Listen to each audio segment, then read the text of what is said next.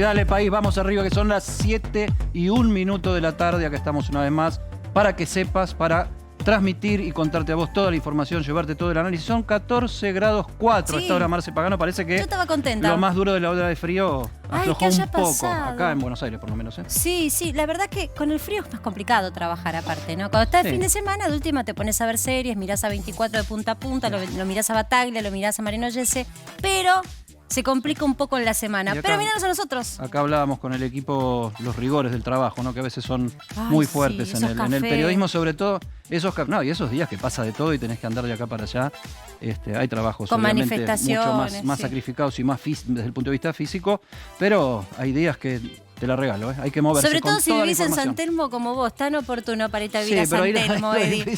Ay, Dios mío. Sí, vénganse que les vamos a mostrar. Pasan por abajo del balcón los títulos del día a veces. ¿Por dónde pasan los títulos del día, Eddie? Vamos. 5,1%, claro. Y te anticipo, es el número del día. Pero lo vamos a desarrollar en un ratito nada más. Es el índice de precios al consumidor, la inflación de mayo, que finalmente estuvo por encima del 5%, acumulando finalmente en 12 meses una suba del 60,7%.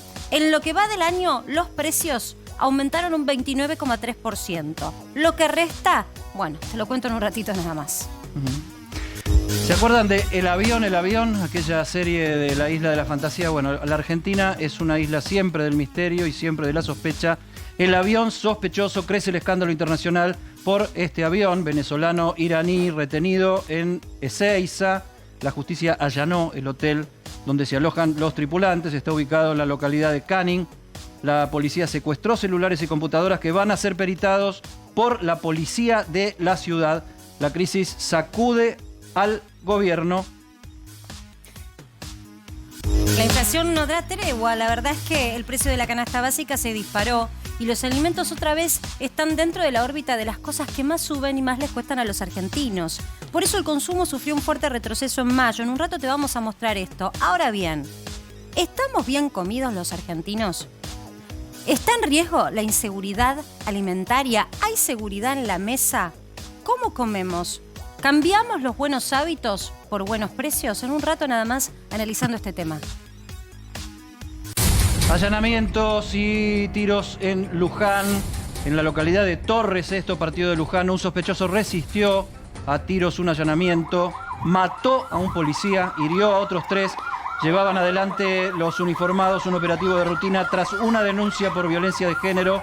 Uno de los oficiales recibió un disparo en la nuca. Estamos ahí trabajando en vivo. Luján, allanamientos, tiros y policía muerto.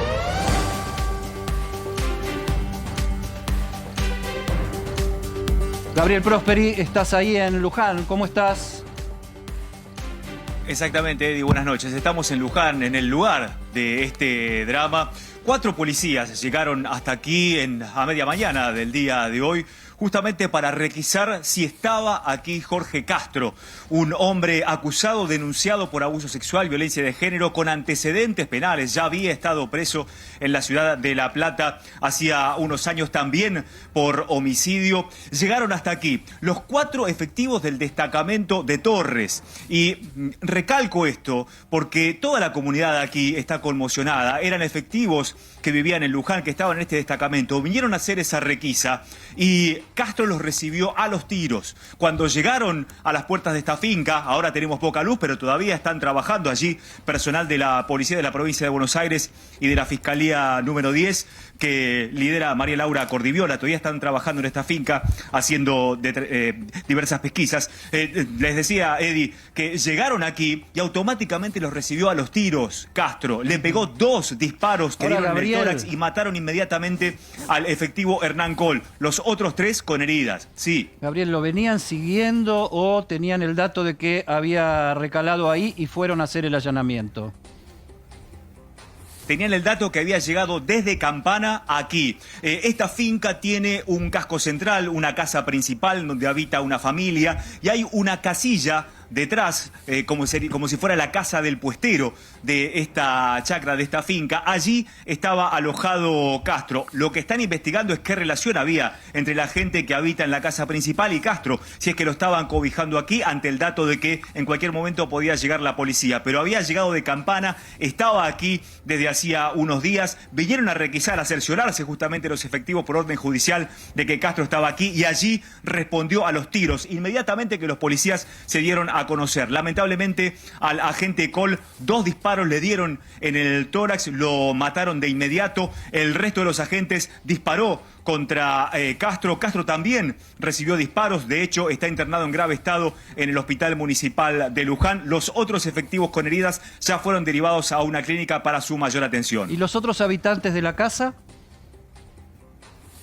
Los otros habitantes de la casa están aquí. Justamente te decía, Eddie, que allí podemos observar entre el follaje, entre las ramas, aquella ventana, justamente es de la casa principal, que todavía está requisando personal policial por orden de la fiscal María Laura Cordiviola. Justamente están allí los que habitan la casa, justamente, y nosotros a la espera de que podamos tener información de qué va a acontecer con ellos y si nos pueden informar si tenían alguna relación con Castro y si lo estaban justamente cobijando o guareciendo aquí, ¿no?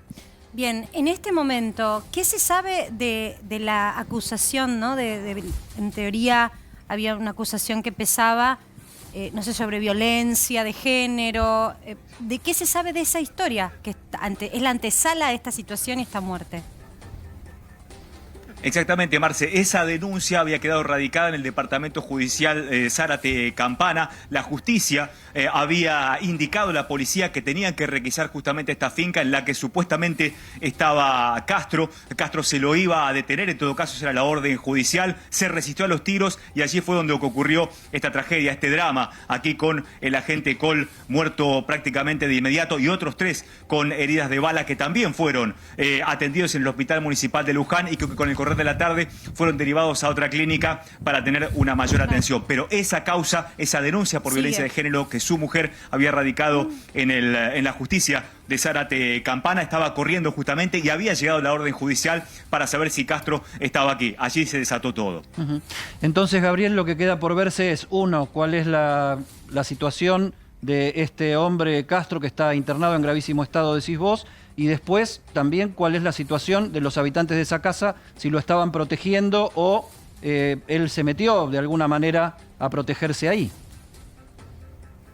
Exactamente, por eso es que estamos esperando que todavía a estas horas de la tarde-noche ya pueda venir algún referente, algún agente de la Fiscalía que pueda brindarnos esa información para saber si va a haber detenidos o por lo menos demorados que tengan relación con la situación de Castro en este lugar que derivó en la muerte del agente Col y de las heridas a los otros 3 efectivos. Esperamos cualquier llamado tuyo entonces, Gabriel. Como no, Eddie, hasta luego.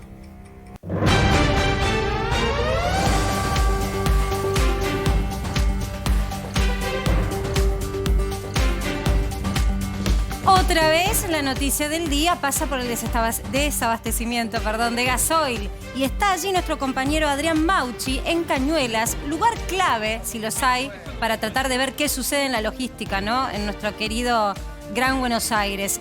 Adri, ¿cómo estás? Marce, ¿cómo estás? Buenas noches. Sí, acá estamos en Cañuelas, en una estación de servicio. Primero nos encontramos con este cartel que es una disposición a partir del lunes en las YPF de todo el país, que las patentes extranjeras pagan un precio diferente de lo que es el gasoil, pagan 240 pesos contra 125 que está el gasoil para patentes argentinas. Aquí en Cañuelas, por ejemplo, a ver, lo que despachaban en 24 horas, ahora lo despachan en 8 horas de gasoil. Este es el número, el dato que tenemos que, claro, preocupa porque hay temor a esta falta de gasoil. Estás dando en la tecla, Adri. De nuestro país. ¿Sabés por qué? Porque la decisión de YPF de tener un precio diferencial en estos puntos centrales, en donde a veces sucedía que venían extranjeros, sobre todo en lo que refiere a logística, y utilizaban esos puntos para llevarse el combustible que en Argentina sigue siendo más barato cuando lo comparás con los países de orígenes de donde venían esos camiones. Lo que buscaba en rigor YPF, la petrolera estatal, era que con este desdoblamiento de precios desalentara la compra por parte del extranjero. Ahora, por lo que me estás diciendo, no mermó el consumo y el desabastecimiento no es una problemática que, pese a que se ha tomado esta medida, se haya solucionado. Sí, sobre todo, Marce, porque, a ver, los camiones mueven la economía de todo nuestro país. Depende, obviamente, de la zona, pero bueno, aquí hay muchos camiones de lo que es el ganado y que tienen que llevar a diferentes puntos de la provincia. Déjame sumarlo está el operador aquí, está Alberto Garay, que es el operador aquí de esta estación de servicio, que ya te está escuchando, Marce, para justamente, esta iniciativa que comenzó el lunes, que lo veníamos diciendo, de este precio diferente. ¿En esta zona de la provincia de Buenos Aires vienen camiones extranjeros? Sí. Acá en esta zona no tanto como en los países cerca de limítrofes, pero tenemos camiones de Brasil, Paraguay, Chile, que vienen bastante por acá. ¿Hay alguna queja cuando vieron el precio diferente o...? No. ¿Qué tal? ¿Cómo te va? Buenas tardes. Hola, don Garay, ¿cómo le va? ¿Hace mucho que te dedicas a este rubro? Bien. 25 años. Bien, en 25 años, ¿cuántas veces viste algo así? Donde vos decís... No tengo gasoil, tengo comprador, pero no tengo producto. No, muchas. ¿Y a qué momento de la historia reciente te remite esta situación de escasez de gasoil? No, en realidad la compañía abastece, YPF tiene el 54% del mercado y la compañía abastece. El tema es que se reducen los horarios de despacho.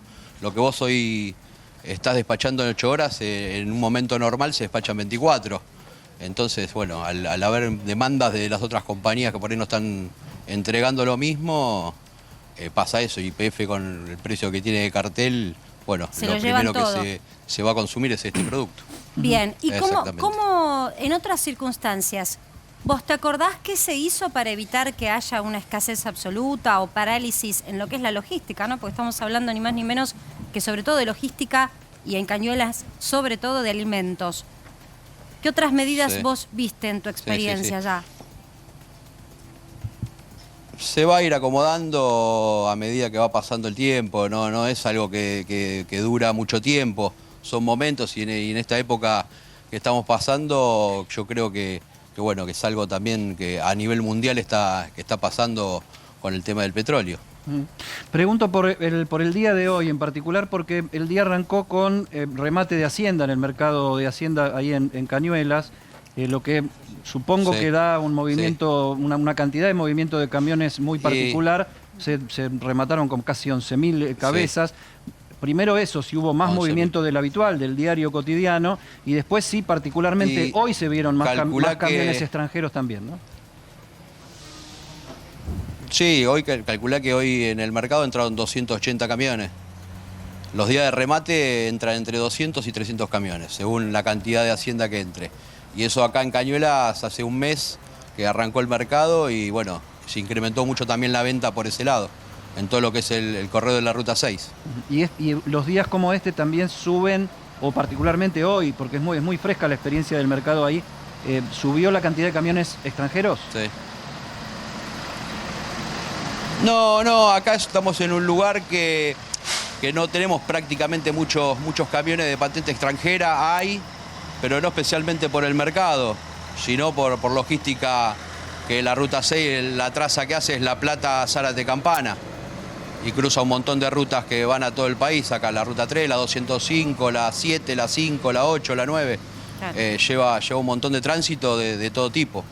Sabés que hemos hecho cobertura en distintos puntos, ahora estamos de la mano de Adri Mauchi, pero en otros puntos del país, en el interior sobre todo, nos pasaba de ver camioneros que dormían en las estaciones de servicio a la espera de que llegara finalmente el combustible. ¿Esta situación la viste también en Cañuelas? Sí,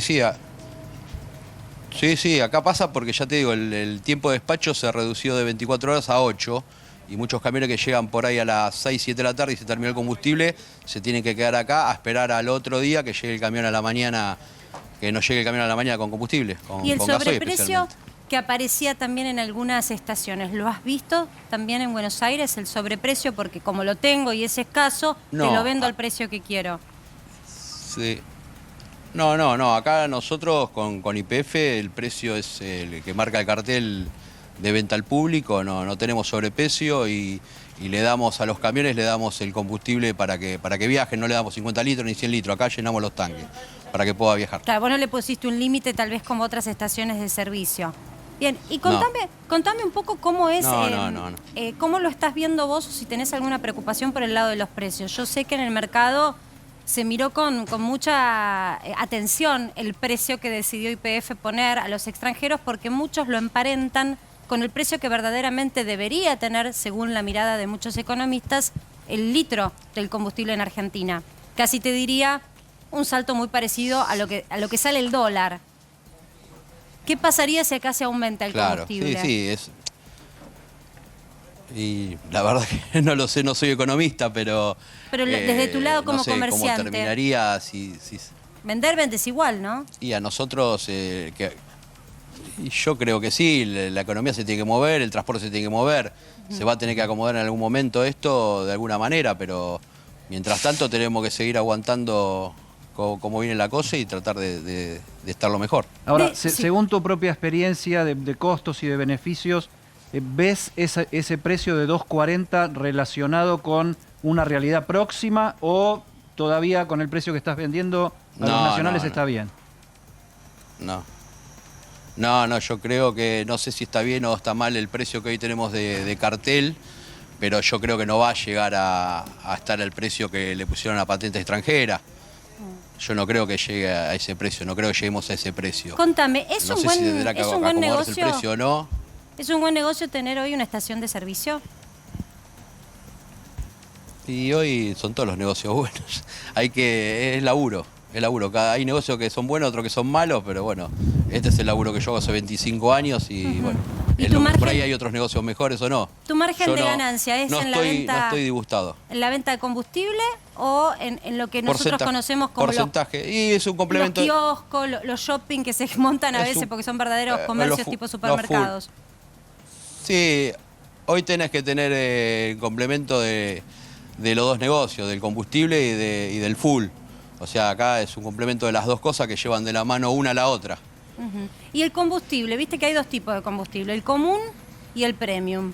¿Qué está pasando con la venta de premium? El diésel 500. Sí.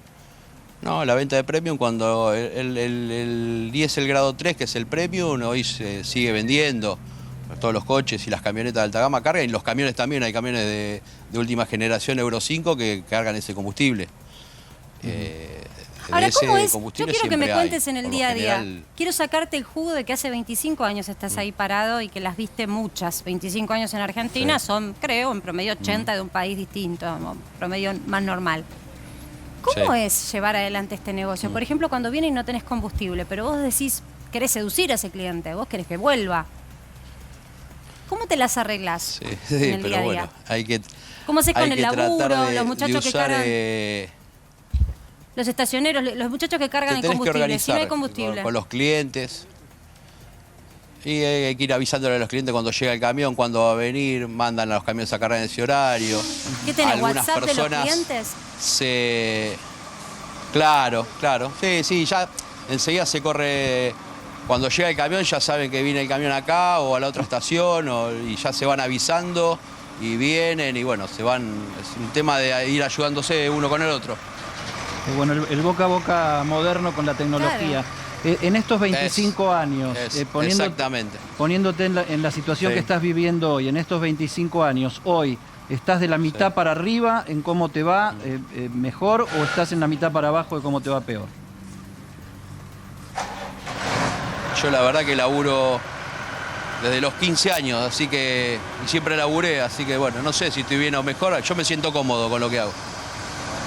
Pero vivís bien, digamos, no es que tuviste que ajustarte, porque vos sabés que una de las noticias del día pasa por la inflación, que hay mucha gente que tiene que ajustarse para poder mantener sus consumos.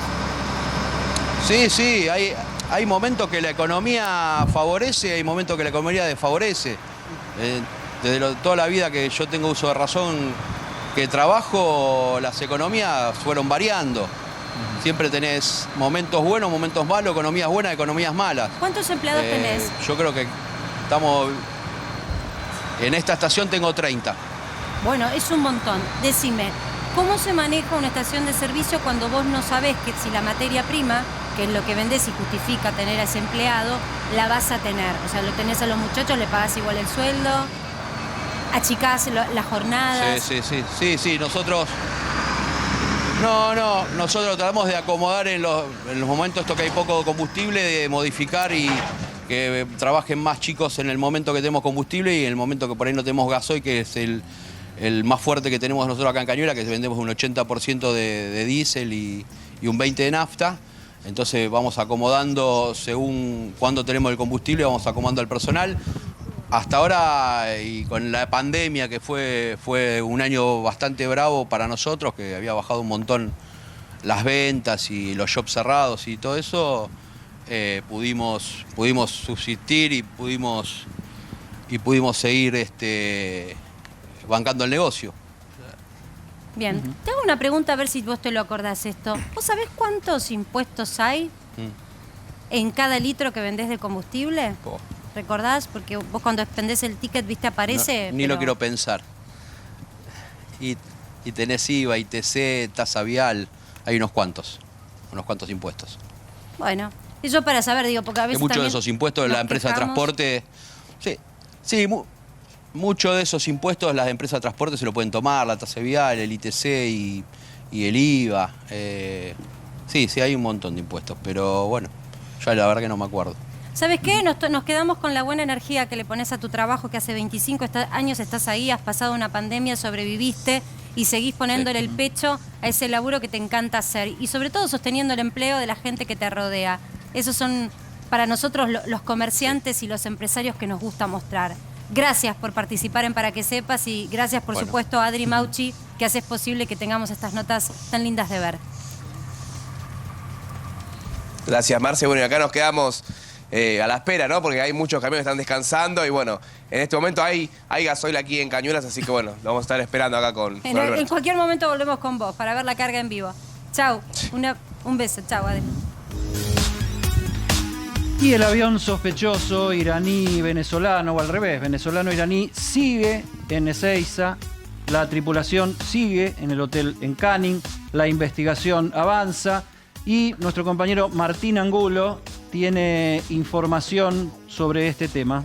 Bueno, 10 horas de allanamiento ayer en el hotel en la localidad de Canning, un allanamiento ordenado por el juez federal de Lomas de Zamora, Federico Villena, en donde se llevó celulares y tablets de los 14 venezolanos y los 5 iraníes que integraban la tripulación de este avión que hoy está bajo la polémica de la política.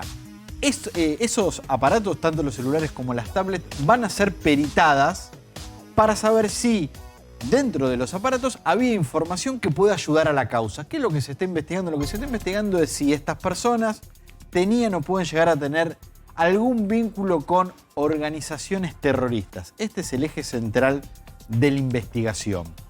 Esta fue la medida principal que ordena hoy el juez, después del allanamiento, en donde además de las tablets y de los celulares, secuestró documentación que tenían estas personas, que ahora también va a ser analizada, y el juez toma otra decisión, que es apartar a la Policía Federal de la investigación. La unidad antiterrorismo fue la que hizo el allanamiento, porque hay funcionarios nacionales de quien depende la Policía Federal que están bajo investigación también, porque la causa tiene una segunda pata, que es saber si los funcionarios del gobierno nacional pudieron haber cometido algún delito en dejar entrar el avión, dejar que haya viajado a Uruguay, dejar que haya vuelto al país, en el marco de lo que son las sanciones que tiene este avión venezolano por parte de los Estados Unidos. Esa desprolijidad política sería vista gorda, no me di cuenta, me achanché, me dormí, o la sospecha de que puede haber algún tipo de conexión. Te voy a contestar como contestan en tribunales. Eso lo arrojará la investigación. Ay, ¿cómo te gustó decirlo? Tenías ganas hace mucho de Sos decirlo. muy optimista igual, Martín. Sí, bueno, siendo optimista. hay que ver justamente Claro. eso. Digo, fue Sos más optimista que el de la estación de servicio de Cañuelas. un poco más. Acá hay que ver si estas alertas internacionales que hoy funcionarios del gobierno reconocieron que existen, llegaron antes o después del avión, si todos los procedimientos aduaneros y de migraciones se cumplieron bien, se cumplieron mal. ¿Por qué recién la justicia se enteró de esta situación el sábado, cuando el avión estaba desde el lunes acá. ¿Se tendría que haber enterado antes? No. Bueno, son preguntas que surgirán de la causa. Ayer tenemos una comunicación ahora, pero ayer un tema de los que nos quedaba en el tintero era la situación de los venezolanos, los 14 venezolanos. Ahora vos nos estás contando que les retiraron los celulares a todos, les retuvieron también los pasaportes como los iraníes o más o menos. Los pasaportes de los iraníes ya estaban retenidos en migraciones en Ezeiza. Hoy también le retuvieron los pasaportes a los venezolanos y además le prohibieron la salida del país a todos. Por lo tanto, todos quedan ahora bajo la investigación judicial. Yo entiendo, no había ocurrido... Con libertad de movimientos, pero no pueden salir, salir del país. El tema tuvo derivaciones también en Israel. Está allí nuestro colega Gabriel Astrosky. Gabriel, ¿cómo estás? Gracias por la comunicación. ¿Cuál es la situación de Israel en relación con esta empresa venezolana iraní de transporte aéreo de cargas? Hola Eddie, Marcela, todos en el estudio, ¿cómo están? Hola Gaby. Buenas noches aquí para nosotros. Ustedes saben que respecto de la relación, de la situación del avión venezolano con la tripulación iraní, por el momento hay una especie de silencio de radio por parte de la Cancillería, lo cual está llamando bastante la atención aquí en Israel porque... más allá de la situación que se da específicamente con el avión, Israel viene planteando la posibilidad de posibles ataques de Irán sobre objetivos israelíes en diferentes partes del mundo hace aproximadamente un mes. Entonces, por ejemplo, en la tarde de ayer, en la noche de ayer, Israel emitió un comunicado pidiéndole a toda la ciudadanía israelí que suele viajar a Turquía que no lo haga por una cuestión de seguridad, pero por el otro lado todavía se niegan a dar algún tipo de comunicación oficial respecto de lo que está ocurriendo en un lugar que todos sabemos es bastante sensible, como la Argentina en relación a Irán, porque por supuesto que recuerda a cada uno de los atentados del 92 y del 94. Claro. Hoy hablábamos con un portavoz de la Cancillería israelí y la postura oficial es que todavía no quieren hacer ninguna declaración. Estimamos entre algunos colegas, entre comentarios en los pasillos, que tal vez este silencio que está tomando Israel por sobre lo que está ocurriendo con Argentina, tal vez tenga que ver también con una situación diplomática que está relacionada con la elección, con la designación del nuevo embajador argentino en Israel. Sí. Quédate con nosotros, acá con Marcela Pagano y con Martín Angulo. Nos vamos a meter adentro de este avión, de esta empresa de cargas aéreas que era de una empresa iraní, pero ahora es de una empresa venezolana, pero parece que siguen teniendo contacto.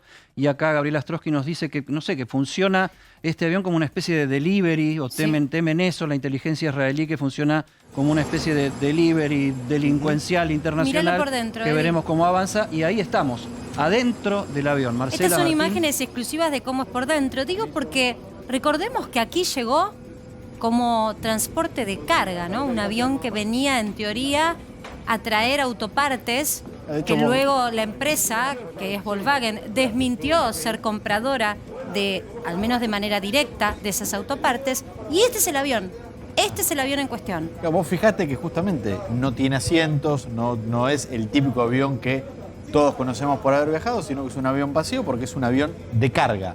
Transporta lo que a las empresas de aviones de carga le piden que lleven de un país a otro. Lo que acá hay que tener en cuenta cuando hablamos de que es un avión de carga es que es un avión enorme. Estamos hablando de un Boeing 747.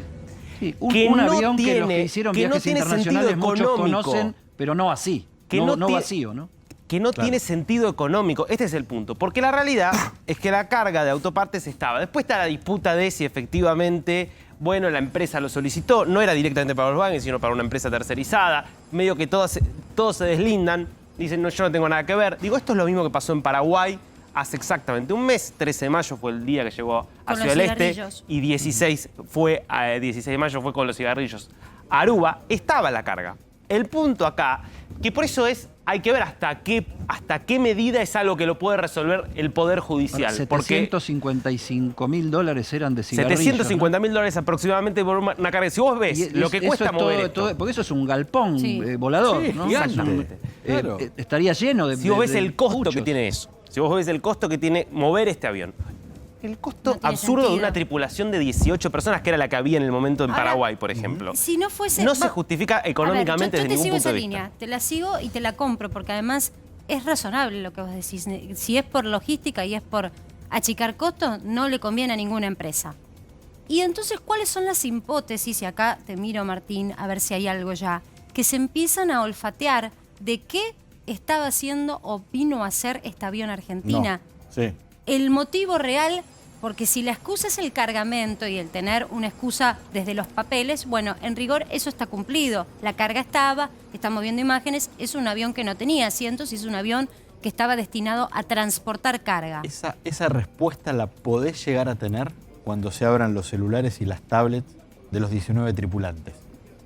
Ahí podés llegar a tener... Si ellos cuentan algo, contaron a alguien algo, registraron Hablaron, algo. intercambiaron mensajes, se hablaron entre ellos, hablaron con otras Estamos personas. hablando de, perdón, estamos hablando de gente Como hoy el muy teléfono se profesional. convirtió Estamos en hablando de el- gente que sabe lo que hace. Yo no sé si está Gaby Ostrowski pero escuchándonos. perdón, pero también siguiendo ¿Está por ahí, esta- Gaby? siguiendo esta línea. Yo quiero que Gaby nos cuente, perdón, Martín, porque también hay uno que tiene la posibilidad de tener a un periodista como Gabriel, que es argentino, pero que está en uno de los países con mayor tecnología y donde todo lo que puede girar alrededor del terrorismo son los primeros en tener conocimiento de avanzada. Se preparan constantemente para la guerra. Gaby, recién estábamos mirando las imágenes. ¿Qué pasa en un país como Israel cuando aparece un avión en donde las cosas no cierran? Desde los papeles todo legal. Ahora acá los compañeros dicen, no cierran los números, es sospechoso. Marce, no cierran los números. Imagínense, ustedes lo dijeron, es un Boeing 747. Quien haya tenido la posibilidad de viajar, de subirse a un avión de estos, ¿cuánta gente entra, si este avión fuera de pasajeros, cuánta gente entra para llenar el avión? Más de 200, 250, Sí. ¿no es cierto? Sí. Sí, 300, más de 350. La cantidad, digo, para más de 350, perdón.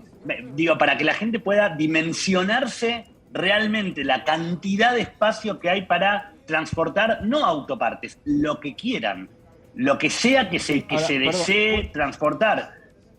¿Y hay algunos, Sí. 467 es el número de los pasajeros que pueden ir en este avión?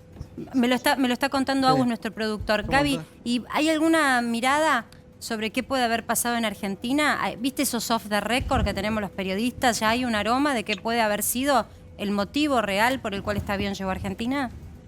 Mirá, totalmente off the record y vuelvo a insistir, en comentarios entre pasillos e hilando el silencio de la Cancillería Sí. con que sea un avión transportado con tripulación iraní en Argentina. Digo, uno no puede dejar de relacionar Terrorismo. los atentados que hubieron, el terrorismo directamente, digo, los atentados que ocurrieron en Argentina hace 20 y tantos, casi 30 años. Ahora, Gaby, Digo, y con Sí. las advertencias que está emitiendo Israel por sobre las posibilidades de Irán hace más de un mes. Digo, No hay dudas. entonces, suena demasiado sospechoso Ahora, un pero avión tripulado por iraníes justo llegando a Ezeiza. pero siguiendo esa lógica, si es un avión que tiene sanciones internacionales, que tiene alertas internacionales, que vienen a Argentina iraníes, es ilógico pensar que va a traer algo irregular porque se mete en la boca del lobo. También, ¿no? Digo, lo harían de una manera un poco más sofisticada. Cuando hicieron un atentado en la Argentina nadie se enteró. Mm. Bueno, ¿no? Digo, pensándolo igual pudieron un poco entrar, del ¿no? otro lado. ¿Cómo? Tiene Igual lógica pudieron lo que entrar. decís, Martín, claro. Obvio que Igual pudieron entrar, pero entonces- obvio que pudieron entrar. No, claro que pudieron entrar, pero acá... Acá, a ver, una de acá las es- hipótesis que hay Decilo, que entender Dani. acá, estos son todas hipótesis, estamos hablando Sí, de por una cosa... supuesto. Estamos Obvio. líneas de investigación. Sinceramente, soy muy escéptico respecto de que realmente podamos saber realmente para qué vino este avión de Emtrasur, que en realidad es un avión de Mahan Air, es un avión iraní esto, chicos. O sea, a esta Sí, altura hay que entender, digo, Emtrasur es una empresa que tiene un solo avión, que se lo cede Mahan Air después de administrarlo durante 15 años, el 23 de enero pasado, y que le da la tripulación que son 5 iraníes, que tiene un piloto, que es el señor Ghasemi, que ese piloto que durante muchos años piloteó para Mahan Air, y que está con bastante evidencia y bastante consustanciado que trabajaba para la Guardia Revolucionaria de Irán. Está bien, acá está planteado esto de ¿Es por ahí. ese o es un homónimo? Bueno, yo traje acá una foto una imagen de el Ghasemi, que sabemos que es el piloto que está acá en el avión, con el Ghasemi que está reconocido como alguien que trabajaba para la Guardia Revolucionaria iraní como piloto, que es una foto de 2019 publicada en medios iraníes. Lo dejo a su criterio, diría. Pero perdón, Dari. Karina Olga. Sí. Sí, Gabriel. Perdón, Marce, Darío. Digo, justamente esto que están planteando ustedes, claramente no estamos hablando de que, bueno, el avión hubiese transportado material de terrorismo propiamente dicho. Ahora, que todo esto se esté dando en este momento en el cual hace 2 semanas o un poco menos de una semana aparecieron muertos 2 personas de la Guardia Revolucionaria de Irán, que Irán está haciendo amenazas sobre objetivos israelíes en cualquier parte del mundo. Básicamente, digo, no estamos hablando de que necesariamente transporte material terrorista. Ahora, que pudo burlar y que pudo entrar muy fácilmente a territorio aéreo argentino, a piso argentino, no cabe ninguna duda. Sin duda, claro, no solo que pudo entrar, fue a Córdoba, volvió, fue a Uruguay, volvió. Todavía no queda muy claro, por lo menos a nivel del gobierno, si tenían las alertas internacionales o no, cuándo llegaron. Por supuesto que hay un montón de cosas que... Muestra la vulnerabilidad total. Le asumo a Rosario mientras vamos mirando estas imágenes. ¿Algo para decir? En el gobierno son muy cautos y quieren que se avance la investigación. Incluso nosotros hablamos de terrorismo y demás, y en la causa no hay absolutamente nada todavía. O sea, recién se inicia la causa, porque también la DAI es querellante y habló... empezó ayer. Claro, Ayer a la tarde empezó recién la causa. se inicia la causa. Son muy cautos en el gobierno con respecto a lo que puede pasar con esto, sobre todo con este piloto, ¿no? Porque incluso fue Aníbal Fernández el que dijo que pertenecía a la Fuerza Quds, pero hoy hablábamos en la radio de La Red con el ministro Rossi y dice, parece que es un homónimo, que no sería él. Por eso yo hacía la pregunta acá. Darío lo que trajo fue la comparación de caras, ¿no? ¿Qué es la foto de la izquierda? Vamos a explicar qué es la foto de la izquierda. La foto de la izquierda fue difundida por Damián Pacher. Este es el piloto del avión que vino a Argentina, quien hoy está en el hotel de Canning. Este es Gholamreza Ghasemi Abbas. 2022, la imagen que estamos viendo hoy. Mejor ahora. ¿Cuál es la imagen de 2019?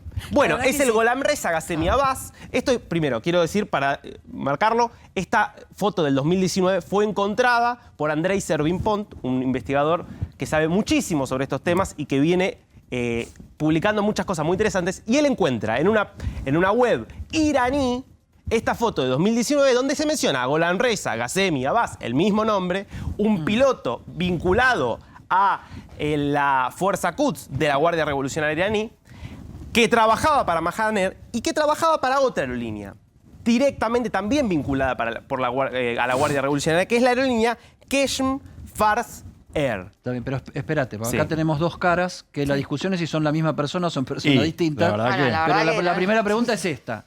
A ver, el de 2022, el que tiene el uniforme y las charreteras acá. Está acá en este es el piloto del avión, está en Canning. Confirmado. Está en el hotel en Canning.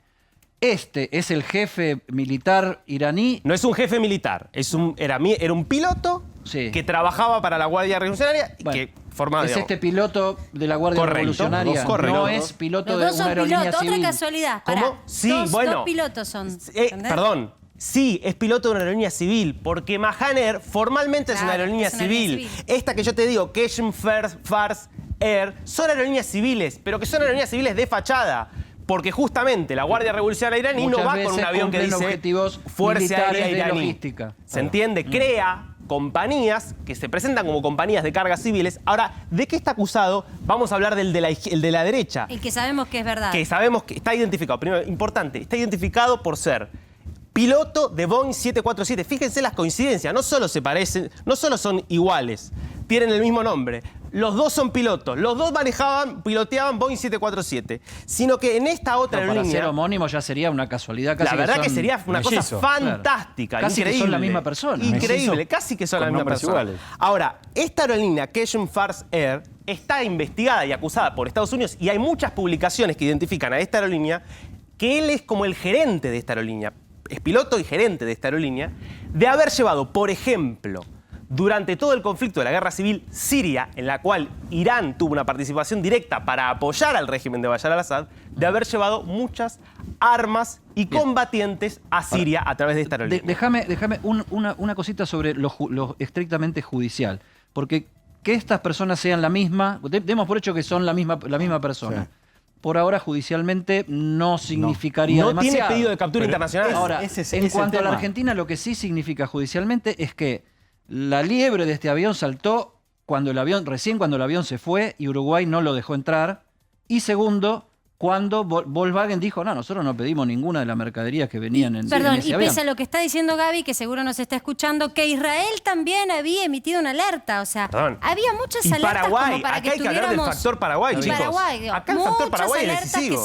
Súmate desde acá, desde el Wall, Gaby. Muchas alertas que se mostraron delante de las autoridades argentinas y que, bueno, uno puede esquivarlas. Lo que pasa es que tampoco son alertas. O sea, por ejemplo, lo de Paraguay, del gobierno. Lo de Paraguay fue que después se esclareció porque Aníbal Fernández incluso habló con el ministro del Interior de Paraguay, es que una vez que ya estaba en suelo argentino, el 6 de junio, recibieron un mensaje de Paraguay diciendo que había un avión que había volado sobre suelo paraguayo, sobre cielo paraguayo, que era sospechoso por los movimientos que estaba haciendo. No es una alerta eso, o sea, es un aviso. Informe que inteligencia. Claro. ¿No? Eso vamos dice el gobierno que es lo único que recibió hasta ahora. Con Gabriel. Gaby, vos que decís, hay diferencias acá y cerró entre alerta o aviso. Bueno, pero Marce, justamente lo que vos decías, hubo alertas, pero también hubo amenazas concretas. Digo, más allá de las alertas que pudo haber emitido Israel por sobre Irán, las alertas fueron emitidas en base a amenazas. Quiero decir, Irán amenazó literalmente en Tailandia. Irán amenazó literalmente en Turquía. Ayer las fuerzas de seguridad turcas avisaron a las fuerzas de seguridad israelíes que habían desbaratado un intento de secuestro de un objetivo israelí en Turquía. Digo, ¿hubo una amenaza puntual en Argentina? No, no la hubo, está bien, es verdad, es una alerta. Pero las amenazas a lo largo de distintos puntos del mundo, de parte de Irán, existen, están ocurriendo. Entonces, claramente da lugar a pensar en una situación relacionada con el terrorismo y no con un viaje comercial común y corriente, Gabriel, de traslado de autopartes. ¿Vos marcás el punto porque los que llegaron eran exclusivamente iraníes o porque llegaron en un avión con sanciones internacionales, con alertas, con informes internacionales?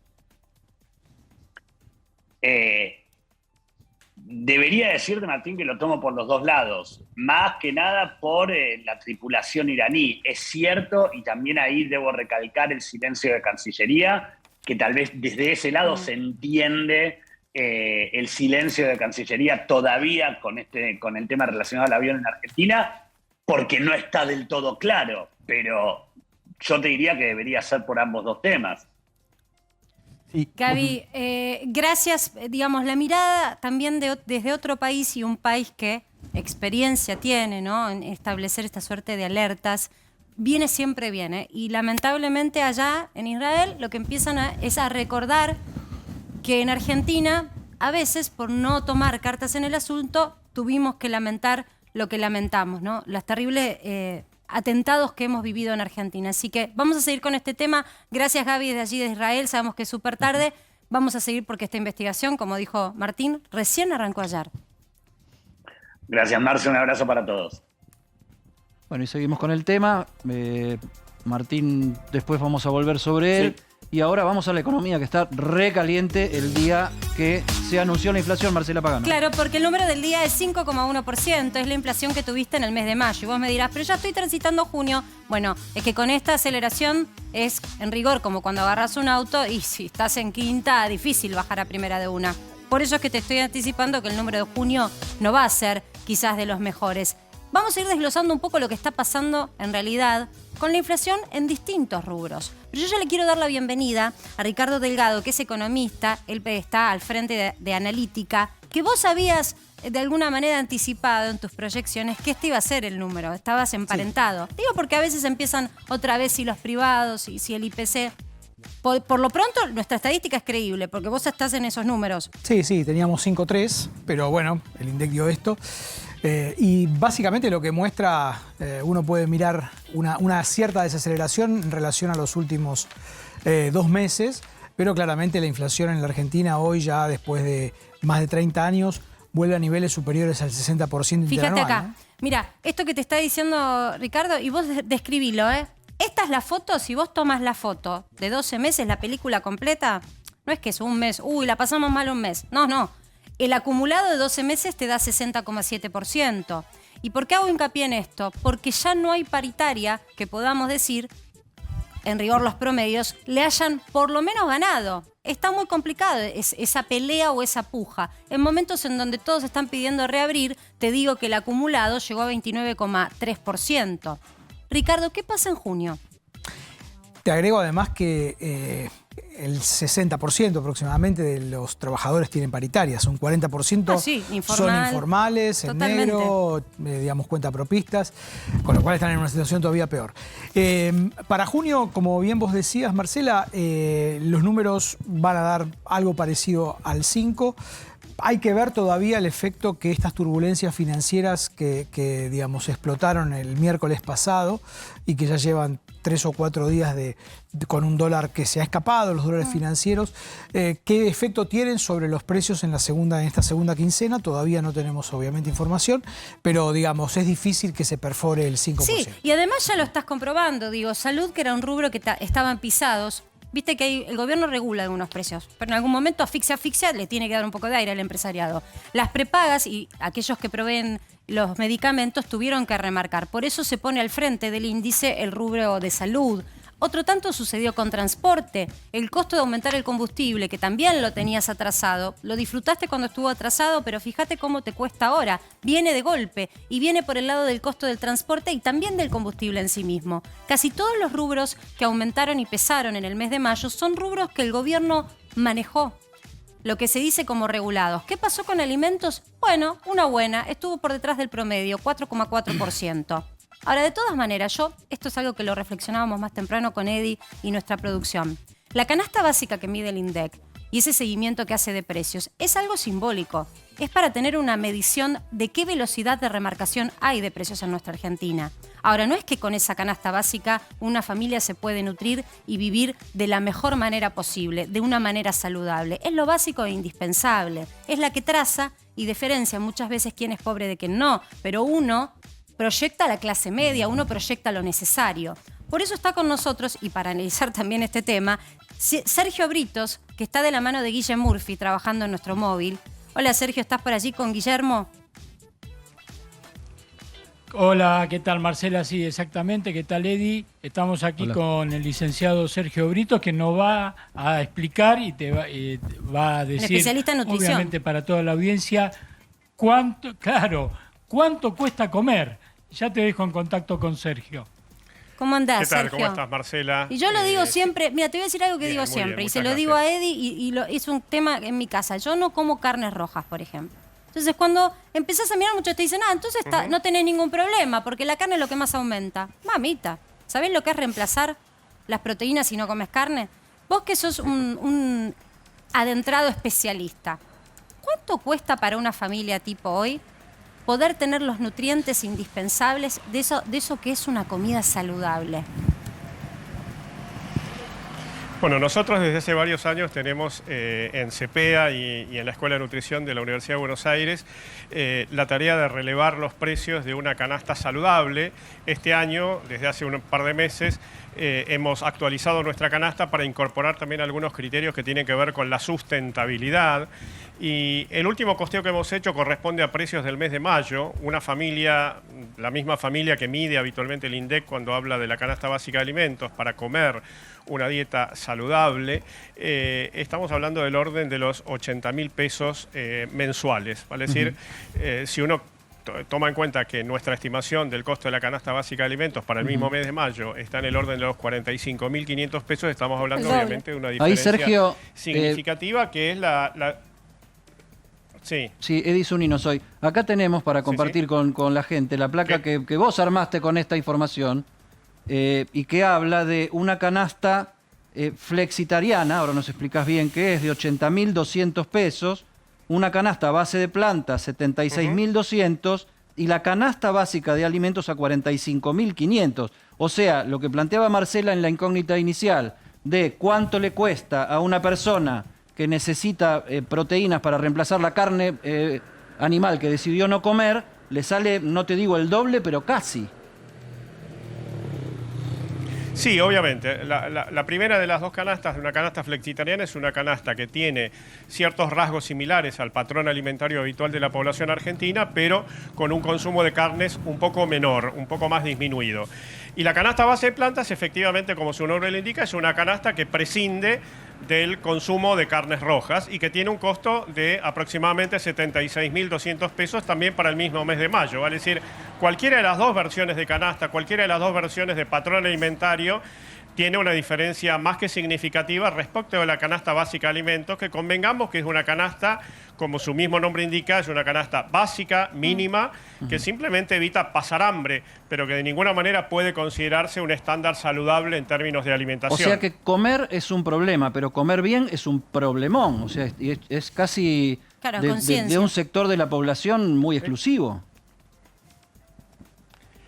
Es un problema que nos preocupa mucho. Nosotros venimos siguiendo, obviamente, con atención los indicadores vinculados a los precios de los alimentos y desde hace por lo menos 2 años y medio que venimos trabajando muy sistemáticamente en este tema, observamos que los precios de los alimentos han tenido un crecimiento superior a la evolución del índice de precios al consumidor y más aún, cuando uno analiza los alimentos en función de calidades nutricionales, calidad buena, calidad media, calidad baja, los alimentos de mejor calidad nutricional, estamos hablando de hortalizas, frutas, legumbres, granos, cereales integrales, lácteos, han tenido un crecimiento aún superior al promedio de los alimentos, lo cual implica un deterioro, por supuesto, de la calidad de dieta en una población que ya de por sí en Argentina el 53% de la población tiene una baja calidad de dieta, con lo cual evidentemente este escenario de un crecimiento superior de los precios de los alimentos más saludables complica aún más el logro de una alimentación sana, preventiva de enfermedades crónicas. Sergio, vamos a sumar a Ricardo. Yo quiero ver si puedo entender un fenómeno que me está costando comprender, ya que lo escuchábamos, lo que son los reemplazos para tratar de mantener la calidad de lo que uno sirve sobre la mesa. Hasta ayer teníamos la noticia de que como estamos en los volúmenes más bajos de consumo per cápita, por habitante, en Argentina de carne, que era lo tradicional, carne roja, está mutando ese consumo al pollo. Entonces yo me siento a mirar y digo, ¿cómo puede ser? Porque si la carne era lo que estaba empujando, lo que era el sector de alimentos en precio, de hecho hay cortes de carne que aumentaron un 8% en mayo según el INDEC, el pollo no se quedó atrás. O sea, cuando ven que la gente consume, se remarca el pollo, que venía moderado, 8,5% dentro de lo que más ha subido el pollo en mayo. A ver, claramente la inflación es un fenómeno de aumento generalizado de precios. Definamos inflación. Me parece que es interesante el cambio que hizo el gobierno, incluso de diagnóstico. Básicamente, digamos, trasladando la Secretaría de Comercio Interior del Ministerio de la Producción al Ministerio de Economía, está de alguna manera unificando el criterio de que es un fenómeno macro, en donde aumentan todos los precios. Lo estábamos viendo... Menos el del peso, digamos. Bueno, menos nuestro salario. Pero, digamos, pensar que esto es un fenómeno solamente de algún sector o de algunos sectores que forman precios y demás, que puede haber algunas conductas anticompetitivas siempre, y para eso están las leyes de defensa de la competencia, era un error. Me parece que esta unificación de criterios apunta al menos a tener justamente un objetivo único, que es aplicar una política macro. Y por eso, como decías vos, si se cae el consumo de carnes, la demanda se va a trasladar a los pollos y también sube en el otro lugar. No sería justo ni razonable apuntarle a Federico Braun después de sus declaraciones en la cumbre de AEA, donde dijo qué hacen ustedes con la inflación, sino que nosotros remarcamos. Más allá de la felicidad o infelicidad de la frase en sí, creo que es un fenómeno que básicamente lo que hacen los empresarios es cubrirse ante expectativas negativas de futuro, ¿no? El punto es, insisto con esto que está pasando en los mercados financieros, cuando aumentan las expectativas de devaluación y sobre todo ingresamos en un segundo semestre donde van a faltar dólares, las empresas no saben cuál va a ser el costo de reponer sus bienes. Entonces, por las dudas se cubren. Y este es un fenómeno que estamos viendo. En esa escala de precios de la que señalaba Marcela en uno de los gráficos, estaba el rubro salud, ¿no? Y ahí yo le quería preguntar a Sergio, ¿cómo incide este tema? Porque estamos hablando de precio de los alimentos, estamos hablando de mala alimentación y estamos hablando indirectamente de cómo está la salud de los argentinos corrida por la necesidad de juntar el peso, la plata necesaria para poder comprar lo básico para comer, y lo básico para comer no es lo más sano. Sí, obviamente.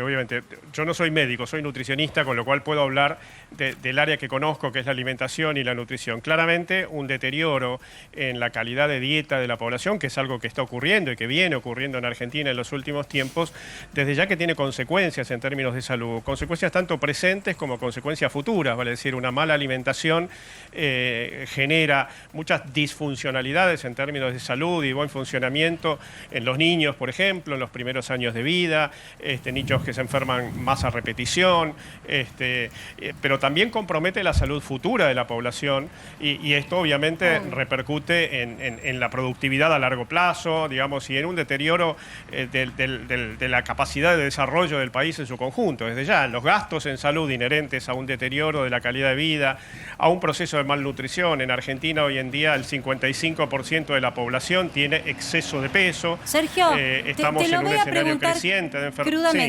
Crudamente, porque yo veo lo que más aumentó el mes pasado, la estadística oficial, ¿no? Las paralelas por ahí dan un poco más.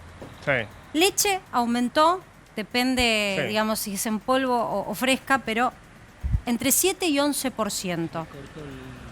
¿Con qué lo reemplazás cuando Sí. tenés chicos en tu casa? Te lo pregunto como nutricionista. Aquellos que no pueden costear el poder ponerle un vaso de leche todos los días a sus hijos, ¿qué reemplazo hay para esto?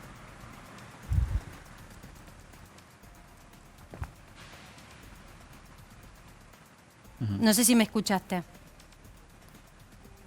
¿Se nos cortó? Se nos cortó, no el... no tiene audio ahí el Bueno, móvil. se cortó el retorno. Ya vamos a volver con este tema. Poneme la de consumo. Yo quiero entender a la Argentina que yo creo está desquiciada, Eddie. Porque recién te mostrábamos, hace un ratito, los datos de suba de precios. Y vos decís, bueno, subís, el empresario remarca porque por naturaleza quiere ganar dinero. Pero el freno se lo pone la demanda. Acá está pasando algo en Argentina que es insólito. Hay remarcaciones de precio cuando van cayendo las ventas. Esto es un análisis que hicimos, la fuente es Radar Scantech. ¿Pero por qué es interesante? Porque son supermercados independientes. No son los de cadenas que están bajo la órbita o el radar de ni la estadística oficial muchas veces, ni tampoco de los controles de precios de la Secretaría de Comercio. Y acá tenés la verdad de lo que pasa con las ventas. Consumo personal cayó casi un 8%. Alimentos, que es de lo que estamos hablando, lo indispensable para la vida misma. La venta cayó un 6,1%. Limpieza, productos de limpieza, la venta cayó un 1,1% y bebidas cayó un 0,2%, prácticamente se mantuvo. ¿Qué estoy comparando? Mayo contra mayo, ni siquiera me fui de un mes a otro. No estoy yendo a la cuarentena, no, mayo contra mayo. La explicación de lo que se ha degradado en la posibilidad de compra de los argentinos de un año a otro es sideral. La pregunta es para Ricardo. Antes estábamos acostumbrados a ver, desde el punto de vista de las cifras, que cuando el peso se percibía que perdía valor, el argentino que hacía salía corriendo a estoquearse. El que podía de dólares, el que no puede que sea de materia prima o de alimentos. ¿Qué pasa que acá nos está dando esa ecuación? Bueno, claramente lo que estamos viendo acá es una caída del poder adquisitivo global de la economía. Es evidente que los precios están corriendo por delante del crecimiento de los ingresos y eso es lo que estamos viendo en estos indicadores. Vale la pena marcar que hasta abril el INDEC daba, para comparar, aumentos en las ventas en supermercados y en centros de consumo, pero que aún cuando tuvimos un primer buen cuatrimestre, comparado con los máximos, estábamos todavía 25% debajo. Digamos, cuando uno recuerda, ya parece historia muy, muy lejana, recuerda lo que fue el verano y todo eso, era un 25% menos del máximo que se tuvo en otros momentos históricos de la Argentina. ¿Qué quiero decir con esto? La inflación te termina comiendo más tarde o más temprano tu ingreso. Insisto, para los que tienen paritarias y pueden pelearla, esa pérdida va a ser menor. Para aquellos que no la tienen, va a ser ¿Y cuántos va a ser argentinos hay, Ricardo, que viven del jornal? Bueno, justamente. Que viven de lo que cobran el día o en la semana. Nos despedimos a Sergio con una pregunta, ahora sí, a ver si me escucha. porque tuvimos un problema técnico. Yo te preguntaba, sí. Sergio, que la leche había sido en mayo uno de los platos fuertes, valga la redundancia, que presionó precios, con aumentos de hasta el 11,4%. ¿Cómo se reemplaza en una mesa donde hay chicos en desarrollo la leche, cuando un papá no puede poner todos los días un vaso de leche en la mesa? Bueno, es muy difícil de reemplazar, Marcela. Para que tengas una idea, en los primeros 2 o 3 años de vida la leche conforma uno de los alimentos esenciales en la calidad de dieta de un niño. Prácticamente la mitad de la calidad de dieta en esa edad tiene relación con el consumo de lácteos. Por lo tanto, obviamente que un decrecimiento en el consumo de leche, de yogur, desde ya que afecta principalmente la salud de los niños en esos primeros años de vida. Obviamente que hay una red de contención social, hay programas que distribuyen leche a la población materno-infantil y de alguna manera esto contiene la caída en los consumos. Pero por supuesto que el precio de la leche, el precio de las hortalizas, de las frutas, de las legumbres, vale decir, constituyen de alguna manera los efectos más preocupantes, los signos más preocupantes de deterioro en la calidad de la alimentación. Sergio, muchas gracias por tu claridad y le damos también el saludo a Guillermo Murphy que nos trae también la posibilidad de hacerte este reportaje. Eddie, tenemos más para que sepas en un ratito. Tenemos más para que sepas, pero tenemos que ir a una pausa. Claro que sí, ya volvemos.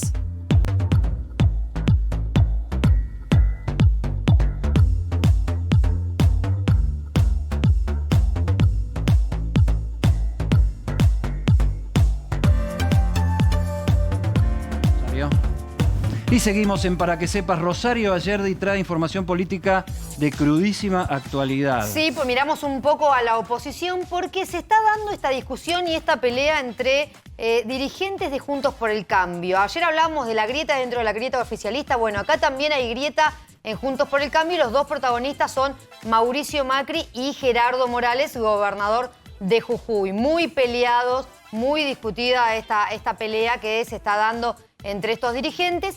Y puede ser que no se termine llevando a cabo la reunión que tienen en Córdoba de la Mesa Nacional de Juntos por el Cambio porque Mauricio Macri no se quiere ni siquiera cruzar con Gerardo Morales. A ver, Mauricio Macri, ¿qué es lo que dice? Después de lo de Irigoyen se agarraron en serio. Se agarraron en serio. Lo de Irigoyen fue el punto de quiebre. Pero ¿qué es lo que dice Mauricio Macri? Lo que está haciendo Gerardo Morales es queriendo romper Juntos por el Cambio. Y él dice, y ojo, con que Gerardo Morales no termine yéndose con parte del radicalismo y quizás incluya a otros dirigentes como Sergio Massa. ¿Por qué? Porque Gerardo Morales viene diciendo que Juntos por el Cambio y sobre todo Mauricio Macri tiene un techo electoral, que ahora hay que ir más allá, que con el antiperonismo no alcanza. ¿Qué es lo que dice Gerardo Morales? No, el que quiere romper no soy yo. El que quiere romper es Mauricio Macri, que se quiere ir con Javier Milei. Eso te iba a decir, porque acá entramos a un momento donde todos se acusan de lo mismo, ¿no? O sea, usan los mismos nombres y las mismas cosas para cruzarse de acusaciones. Cuando Macri dijo en ese foro liberal de Brasil que Hipólito Yrigoyen había sido el fundador del populismo en la Argentina, Gerardo Morales, como presidente del radicalismo, salió con un comunicado de puntín al arco diciendo que quería... A ver, Mauricio, si querés romper, decilo. E incluso que Mauricio Macri se enojó mucho con ese comunicado diciendo, ¿por qué metemos la interna en esto? O sea, si toman el video completo no es lo que dije. Bueno, sigue la pelea, incluso este encuentro se puede suspender. A la última reunión ya Mauricio Macri no fue porque no se lo quiso cruzar. O sea, así están las cosas hoy. Mirá como yo pensé que había sido un cruce en redes y que después iban a bajar el tono. Esto viene de antes. Claro, muy dura es la pelea, que se acusan mutuamente de querer romper Juntos por el Cambio. Obviamente ninguno, es como lo del oficialismo, que Cristina no va a hacer nada para romper, Cristina Kirchner y Alberto Fernández. Ellos dicen, nosotros tampoco, pero el que rompe es el otro, ¿no? O sea, vamos a ver qué es lo que pasa. ¿Y cómo es Córdoba el centro del país político, ¿no? Porque todo ocurre, las presiones hacia Schiaretti. Y sobre todo para Juntos por el Cambio. ¿Qué candidato voy a meter en Córdoba? ¿Hago la reunión en Córdoba o no la hago? Porque es un electorado muy refractario a lo que venga de arriba desde la ciudad de Buenos Aires. Sí, es una pelea que tienen que dar con Schiaretti, Juntos por el Cambio, y es un electorado que el Frente de Todos no puede ni mirar porque saca menos del 10%, ¿no? Bueno, vamos a hacer un giro informativo. No te quiero molestar que estás comiendo, preparando la cena, pero sin molestarte te quiero contar. Pasaron cosas hoy. pasaron cosas en materia cambiaria. Yo me agarro los bolsillos por la duda. Agarrate fuerte que vamos a acelerar. Vamos a ver cómo quedó esto que yo denomino el fantasma del gobierno, que tiene que ver con el dólar. Dólar blue. Hoy tocó los 224 pesos. Después dicen que la mayor cantidad de operaciones finalmente se pactó más cerca de 220, 221. Como sea, en 3 días te subió 17 centavos. Y sí, es cierto que sube y después baja.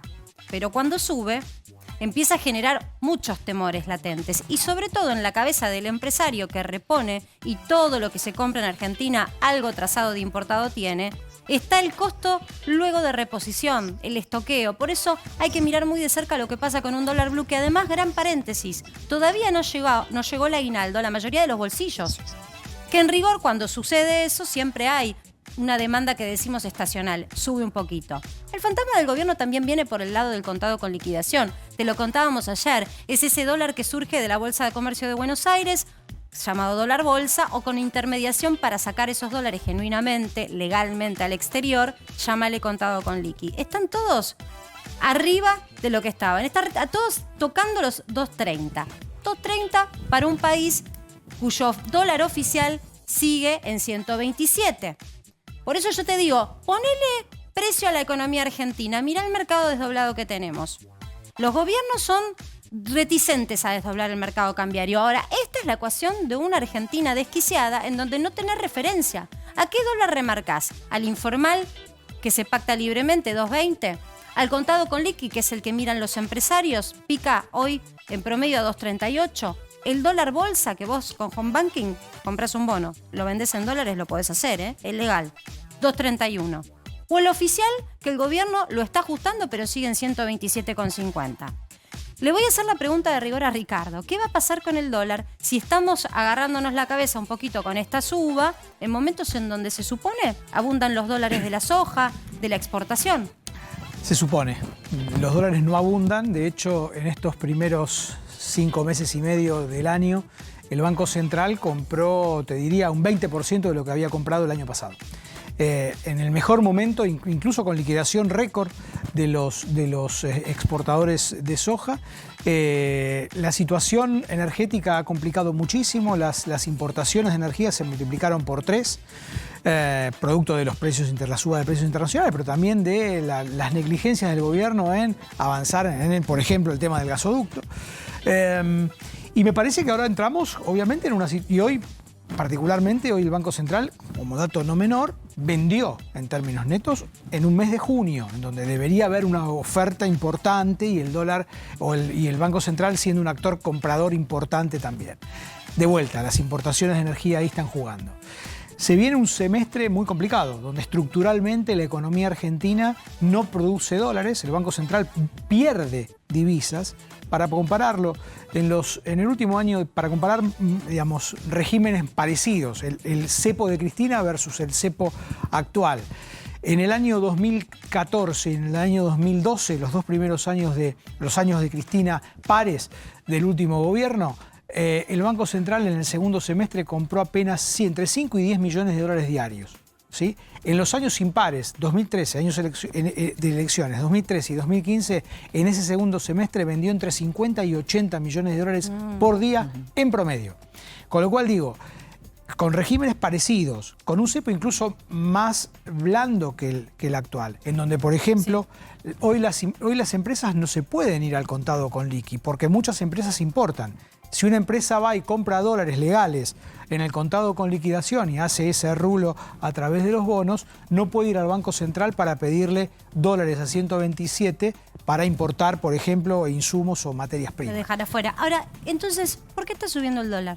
¿Quién está comprando? Bueno, lo que hay es, a partir de la semana pasada, del miércoles pasado, un desarme de posiciones de inversores minoristas que están saliendo no de los bancos, todavía no es una corrida clásica en el sentido de que se están yendo los depósitos de los bancos, sino de lo que se conocen como los fondos comunes de inversión, que son sociedades de bolsa que administran distintas carteras, distintos fondos, en donde hay básicamente bonos del Tesoro, en donde hay justamente la sensación de que el Tesoro argentino no va a lograr refinanciar sus vencimientos. O sea que esos pesos salen del mercado, se tientan al dólar. Y se van al contado con liqui o algunos directamente al blue, digamos, que están más o menos vinculados. O sea, se van del sistema. Se van, no necesariamente del sistema. Si se quedan en el contado con liqui, no se van del sistema. Si se van al blue, por supuesto que sí. Mira, Eddie, te lo muestro acá. Si se va acá, se va a más economía en negro. Pero lo que está diciendo Ricardo, vos tenés un plazo fijo en pesos. Me da la sensación de que va a haber inflación y que lo que me ofrece el banco no le va a empatar.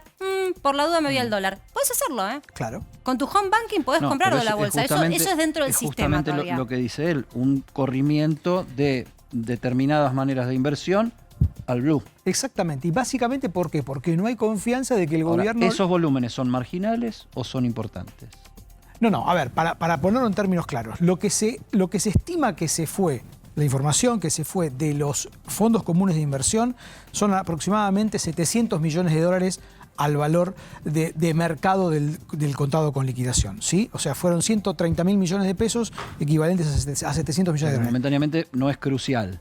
No es crucial, pero ese mercado, el del contado con liqui, según estimaciones, en los momentos máximos previos movía 100 millones de dólares por día, como máximo, y menos también. Entonces, un aluvión de demanda de 700 millones hace que haya saltado de 200 a 230, 240. Y ese es un punto importante. ¿Sabes a dónde voy? A ver, el tema de la fuga de dinero de los circuitos oficiales, de los circuitos palpables, suele ser un tema de discusión política después. Sí, claro. O sea, si vos tenés fuga durante Macri, el culpable es Macri. Ahora, si tenés fuga durante Alberto, el culpable también es Macri, porque... No, a ver, claro, acá hay que diferenciar. Tanto los dólares financieros legales, el contado con liqui y el dólar bolsa, el Banco Central no interviene. O sea, son transacciones entre privados, entre los que compran y venden en un mercado en donde el Banco Central no acumula ni pierde reservas. Pero ¿sí? bueno, todo está a la vista, digamos. Sí, todo es absolutamente legal, digamos. Claro. Esto es así. Ahora, en el dólar blue, por supuesto, tampoco. Es un mercado informal, no me gusta llamarlo ilegal porque todos esos dólares terminan, como decías Marcela, formando expectativas de precio, sobre todo porque la brecha con el dólar oficial se va ampliando. Entonces, cuando la brecha se amplía, en general, digamos, lo que se piensa es que el piso de esa brecha, de esa banda, que es el dólar oficial, en algún momento va a subir. Entonces todos remarcan por las dudas de que eso suceda. Yo no lo veo eso en la intención del gobierno todavía, pero insisto, entramos en una zona de sequía de dólares oficiales y de dólares liquidados al Banco Central que es preocupante. Mucho se habló sobre la figura de Guzmán. Independientemente de a quién le caiga bien o mal, digo, ¿es potestad del ministro de Economía poder torcer este camino que vos decís? Vamos a una escasez de dólares, naturalmente ocurre que en el segundo semestre el campo no liquida lo que liquida en el primer semestre, con lo cual hay menos dólares para repartir. Si nos está pasando esto, donde tenemos, en teoría deberíamos tener todos los dólares sobre la mesa, ¿qué le cabe a Guzmán de responsabilidad por lo que resta en el segundo semestre y cuánto hay de la política en general? Yo creo que es un fenómeno, más allá de errores de gestión económica, creo que la política no ha ordenado definitivamente nada, ha complicado la gestión. Creo que hay mala praxis de parte del gobierno, creo que hay errores de política económica, pero digamos, la fractura expuesta de la coalición de gobierno complica absolutamente la posibilidad de gestionar cualquier política económica. Así venga Mandrake, el mago, a solucionar los problemas, con una fractura tan expuesta, con la credibilidad rota en términos de poder gestionar políticas públicas de parte del gobierno, va a ser muy complejo. ¿Vos pensás que se llega a una entrega de mando con estos números proyectados sin una crisis económica? Yo creo que el gobierno tiene todas las opciones y todas las cartas como para poder hacerlo, digamos. Es una decisión política, insisto.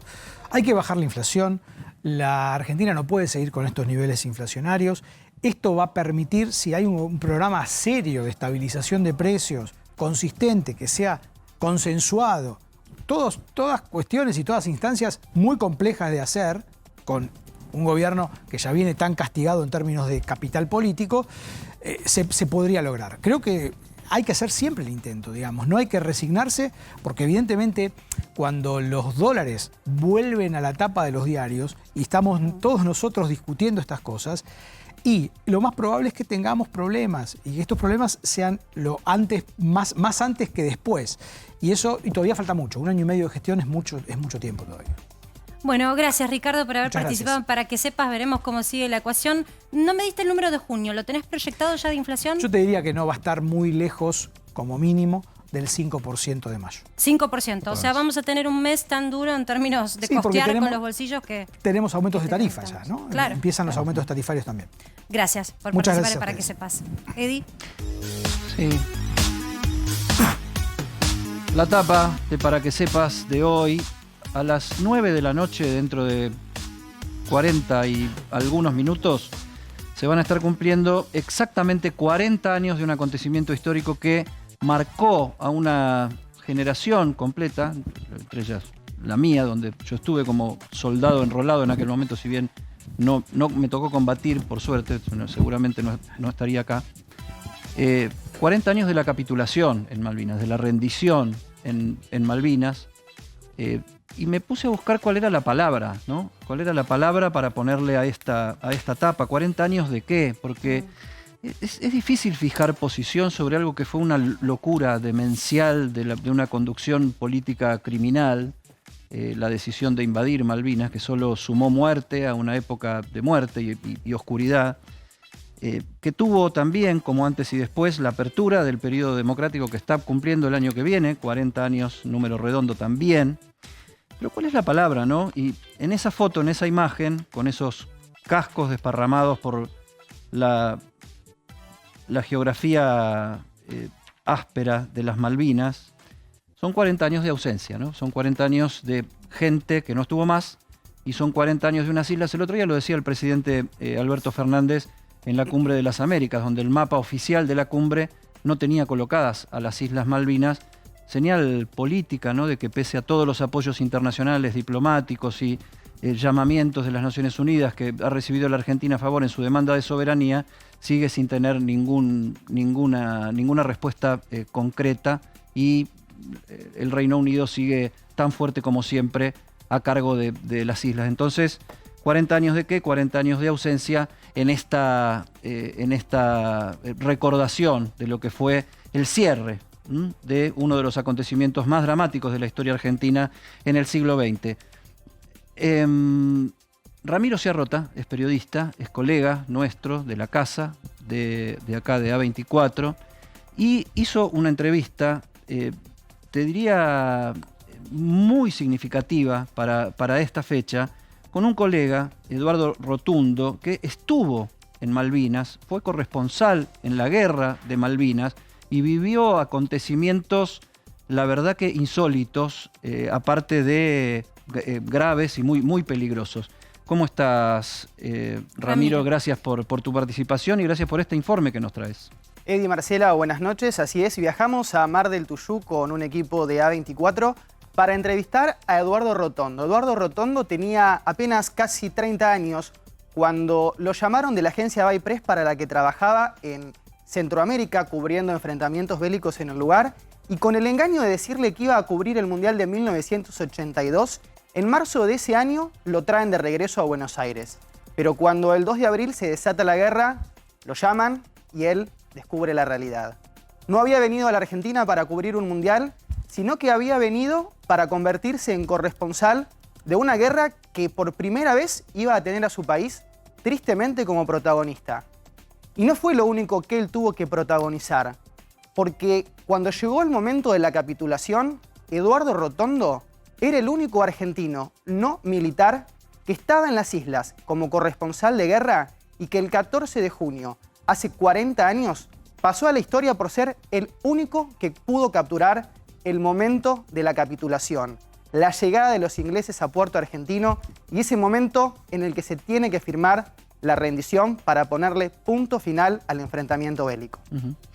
Compartamos la primera parte del informe que preparó Ramiro para que todos lo veamos en esta fecha tan significativa.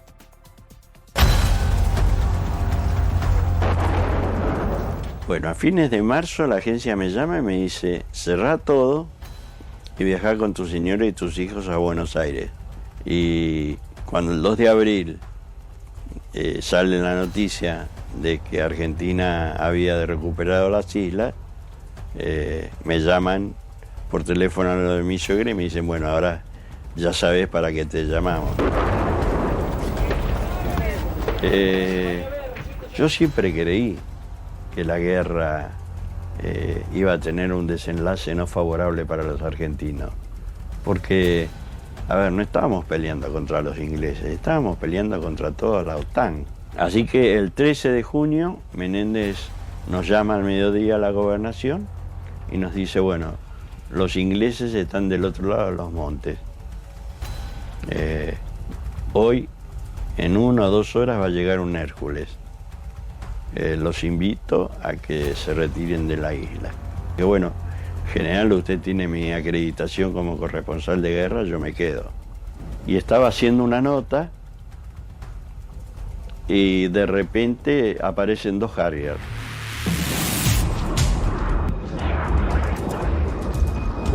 Cuando aparecen los 2 Harrier, lo primero que se grita es alerta roja. Y los 2 Harrier en realidad lo que venían eran a tirar bombas en la zona de los montes para hacer el famoso ablandamiento. Pero cuando ven que hay un grupo grande de soldados, por supuesto que no distinguía que había un camarógrafo o nada, empiezan a disparar sus ametralladoras contra los soldados. El 13, a la tarde, vuelvo a la misma zona y empiezo a grabar ya sobre la zona de los montes, porque la artillería estaba disparando sobre esa zona. Y entonces yo interpreto que lo que ocurrió fue que un observador adelantado británico vio en algún momento el reflejo del sol en la lente de la cámara y se creyó de que yo también era a lo mejor un observador adelantado y no un camarógrafo. Bueno, ya la tercera vez digo, bueno, me voy a tratar de parapetarme en el monumento de la Segunda Guerra Mundial, me meto ahí y grabo, y ahí es donde una de las esquirlas me pega en la cámara, en la cámara de lente normal, y me rompe la cámara. Y el 13 ocurrió algo. El 13 hubo un sabotaje, extraño sabotaje, porque se cortó la luz de todo Puerto Argentino. Pero las luces la luz de mercurio quedaron todas prendidas. Después pensando, digo, lo que hicieron fue mostrarle a los barcos británicos, ¿sí?, el contorno de Puerto Argentino y marcarle todo el contorno con las luces de mercurio prendidas. Ya el 13 a la noche el bombardeo era permanente, ya se escuchaban disparos de arma larga, así que el 14 salgo a la mañana, descubro de que está todo nevado por primera vez y entonces decido ponerme el casco. Porque los disparos venían de 2 lados, venían del lado de los ingleses que ya habían tomado las alturas y del lado de los Kelper que disparaban con 22 de su ventana. A la diferencia de lo que algunos periodistas cuentan, que la guerra terminó el 13 a la noche, el 14 se combatió hasta las 14 horas. Hora en que se dio una orden de un cese de fuego.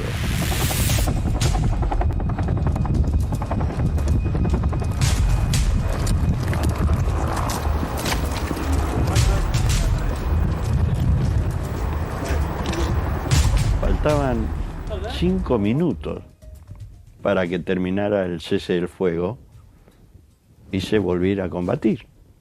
Ahí sí iba a ser una masacre porque los ingleses estaban preparados, pero los argentinos no.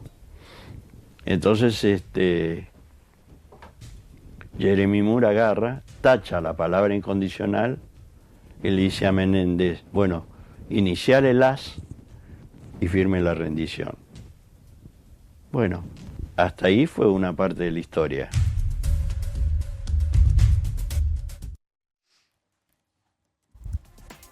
Buenísimo, Ramiro, la verdad, a uno le trae en lo personal muchos recuerdos. Ahí veíamos a Jeremy Moore entrando, o sea, el registro de Rotondo mostrando la llegada del jefe inglés a tomarle la rendición al gobernador en Malvinas. Exactamente, esta es la primera vez que en la televisión argentina se están viendo estas imágenes. Él en su momento había trabajado para Baypress, que era una agencia que prestaba servicios para ABC News, una cadena de noticias de los Estados Unidos. Durante 10 años estas imágenes estuvieron embargadas para poder ser puestas al aire en la República Argentina. Sin embargo, hace 30 años que nadie fue a indagar en esos recuerdos y estas imágenes nunca habían salido a la luz hasta hoy que Eduardo Rotondo decidió compartirlas con nosotros. Y lo que es el trabajo periodístico, ¿no? Porque bueno, junio también es el mes del periodista, el 7 de junio es el Día del Periodista, cómo la cámara de algún modo le salvó la vida, ¿no? Porque él contaba en su relato que una esquirla le pega en la cámara, en la lente, y esa esquirla le podía haber volado la cabeza. La cámara funcionó como el casco que ese 13 de junio de 1982 Eduardo no tenía cuando estaba en la zona de los montes, captando el momento en el que los ingleses bombardeaban intensamente y la guerra empezaba a llegar a su final. Vos tenés 27 años. 27 años. ¿Qué es para vos, aparte de un desafío periodístico, pero digo, para vos, argentino, encontrarte con este testimonio, ver que un periodista de una generación anterior pasó por esta circunstancia? ¿Qué te genera a vos recibir este testimonio, incluso con el carácter de exclusivo, pero que alguien te sentás adelante de alguien y te empieza a contar toda esta película, entre comillas, porque bueno, hoy termina siendo una película, ¿no? Para mí principalmente implica conocer una parte de la historia que quizás los que somos de una generación que no vivió Malvinas no conocemos y que creemos que la guerra solo pasó un 2 de abril en cierto sentido. Y esto lo que nos muestra es que fue un conflicto bélico que fue no solamente muy crudo, como todos ya sabemos, sino que hubo partes de la historia que no estamos contando, que no se contaron, y que estas imágenes nos permiten reconstruir, no solamente para este trabajo periodístico que nosotros hoy ponemos al aire, sino también para indagar en la historia de una manera mucho más profunda y con mucha más responsabilidad acerca de cómo fue realmente la vida de esos soldados en Malvinas y el desempeño de nuestras fuerzas en las islas. Ojalá haya elegido bien esa palabra, por lo que decís, tal vez sí, la palabra ausencia, porque bueno, el trabajo del periodismo también es ir a resolver esos temas de ausencia, llenarlo con presencias y cosas que no vimos, que todavía 40 años después no sabíamos, que estábamos como en ascuas, y que un periodista de 27 años, joven, que no estuvo ahí, va y consigue este testimonio. Es la primera vez que en televisión estamos viendo a Jeremy Moore ese 14 de junio de 1982, cuando llega a la gobernación de las islas, donde estaba Mario Benjamín Menéndez, quien era el gobernador puesto por las Fuerzas Armadas, por el gobierno de facto de ese momento, a tomarle la rendición. Fue una ardua negociación la que hubo en ese lugar, según relata Rotondo. El acuerdo de rendición se termina firmando 5 minutos antes del final y había una palabra en la que no se ponían de acuerdo, que era una rendición inconcebible. Eduardo no recuerda exactamente, porque nunca lo supo, qué implicaba ese término, pero Menéndez estaba muy opuesto a que estuviera en el texto. En las imágenes se puede ver a Jeremy Moore ingresando y detrás de él hay un soldado que va con una mochila muy grande. Esa mochila la usaban para comunicarse con Margaret Thatcher, la primera ministra del Reino Unido durante el conflicto bélico. Moore se comunicaba directamente con Margaret Thatcher, según relata Rotondo, y terminan firmando la rendición, se cree incluso con la oposición de la primera ministra a eliminar esa palabra. La dama de hierro era entonces. Veamos la segunda parte de este informe extraordinario de Ramiro Yarrota. ¿No? Llegan al hotel 2 oficiales británicos y preguntan, el camarógrafo que habían visto ayer, que había estado filmando. Bueno, en el hotel, como había ya una cierta amistad, sobre todo sobre los hijos de Mr. King, que habían estado estudiando en Argentina, le dicen que yo ya había salido a sacar fotos, a caminar. Vuelvo al hotel y cuando vuelvo al hotel me dicen, alguien del hotel me dice, ahora sí te están buscando a vos. Digo, bueno, gracias. Me dice, abajo está el jeep del hotel con la llave puesta. Voy hasta el apostadero naval. Entonces le digo al capitán del J-Wing si cuando lleva a los heridos al barco no podía subir este bolso con el material del 13, el 14 y las fotografías del 15. Y que era muy difícil subir. Bueno, le entregué el bolso y me pregunta, ¿qué vas a hacer ahora? Y bueno, ¿y qué hago? Dice, dejale ahí que ya lo van a venir a buscar y subite, te doy una especie de overall y a partir de este momento formas parte de la tripulación del J-Wing. Cada vez que llegábamos al Irizar era imposible subir porque solo subía el herido.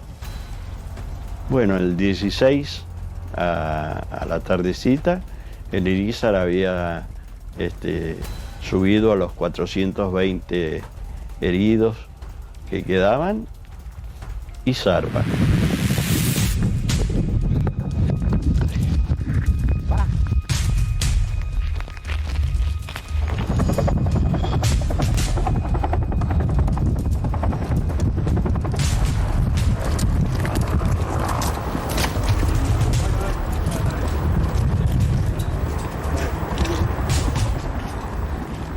Años después de vos en la guerra de Malvinas. Si pudieras volver el tiempo atrás, a ese día de marzo de 1982 que te llamaron, te dijeron venía a Buenos Aires, y ese 2 de abril en el que te enteraste cuál era tu destino, ¿volverías a aceptar el desafío? Sí. ¿Por qué?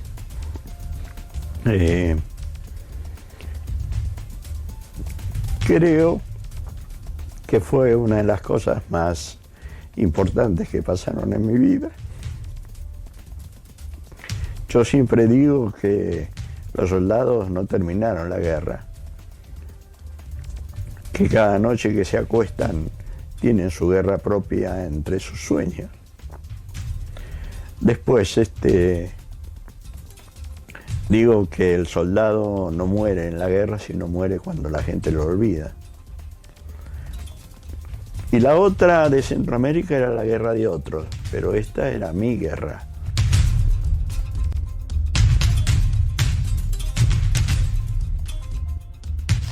Bueno, 40 años de este episodio que marcó un antes y un después definitivamente en la historia argentina, en la historia humana, social, económica.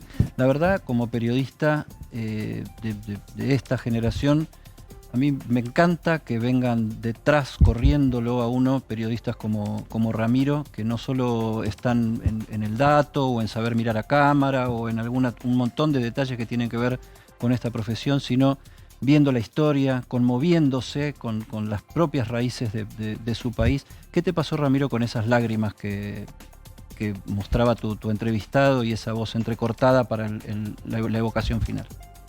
Fueron casi 90 minutos de entrevista en la que, a decir verdad, fue muy difícil poder hacerle preguntas a Eduardo porque a mí en varias partes se me cerraba la voz.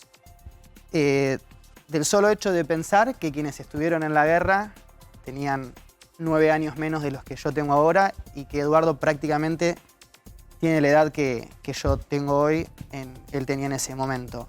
Y yo creo que estas imágenes nos tienen que servir a todos, estas y tantas otras que hay en la guerra, para no olvidar lo que pasó y para no dejar nunca de reclamar la verdadera patria que son las Islas Malvinas. Y el sentido verdadero del periodismo, ¿no? Porque ver esa imagen, esa foto de él con esa cámara tapándole la cara y haber escuchado de su boca que esa cámara le salvó la vida porque la esquirla pegó ahí, fue como su escudo. Y que volvería a ir, Eddie, porque la verdad que uno cuando vive algo que es terrorífico, imagino que volvés para atrás y decís, no, lo evitaría. Lo que es la patria, ¿no? Lo que se lleva en la sangre es imposible de describir más que con este tipo de historias. Rami, la verdad, brillante tu trabajo. Gracias por acercarnos a este material. Como decimos siempre, los que estamos en esta generación que lo leemos en los libros, a veces esos libros también tienen un sesgo editorial. Pero cuando escuchás estas cuestiones en primera persona, se completa la historia y el sentido de lo que muchas familias argentinas hemos transitado, ¿no? Rami, mañana vamos a poder ver todo este contenido en a24.com, ¿no? Va a estar disponible en las próximas horas en a24.com para que quienes quieran volver a revivirlo puedan tenerlo al alcance de un clic en sus computadoras o en sus celulares. ¿Y te seguimos en redes en dónde? @Rami Ciarrota en Instagram y en Twitter me pueden seguir quienes lo deseen. Gracias, Rami. Espectacular. Rosario Ayerdi, ¿qué pasó con Massa? Bueno, Sergio Massa tuvo actividad, recordemos que volvió de la Cumbre de las Américas y tuvo actividad en el conurbano bonaerense, distritos claves en donde se van a concentrar la campaña electoral en 2023. Si quieren lo vemos. La pandemia y la guerra hacen que los próximos años la producción de alimentos, la producción de energía, la producción de conocimiento a partir del talento que miles y miles de argentinos tienen, ponen a la Argentina en un lugar central en el mundo que viene. Pero eso tiene que venir acompañado de un proyecto de nación en la que seamos un país que vende a partir de desarrollar con el trabajo de los argentinos esos productos primarios. Además de mejorar los servicios públicos, además de conseguir crédito para la inversión, tenemos como gobierno la obligación y la responsabilidad de pelear contra la inflación, de pelear por los precios, para que el esfuerzo y el trabajo de los argentinos no se vaya entre los dedos como agua. Ya vendrá el tiempo de la pelea electoral. Hoy es tiempo de trabajar y resolver problemas.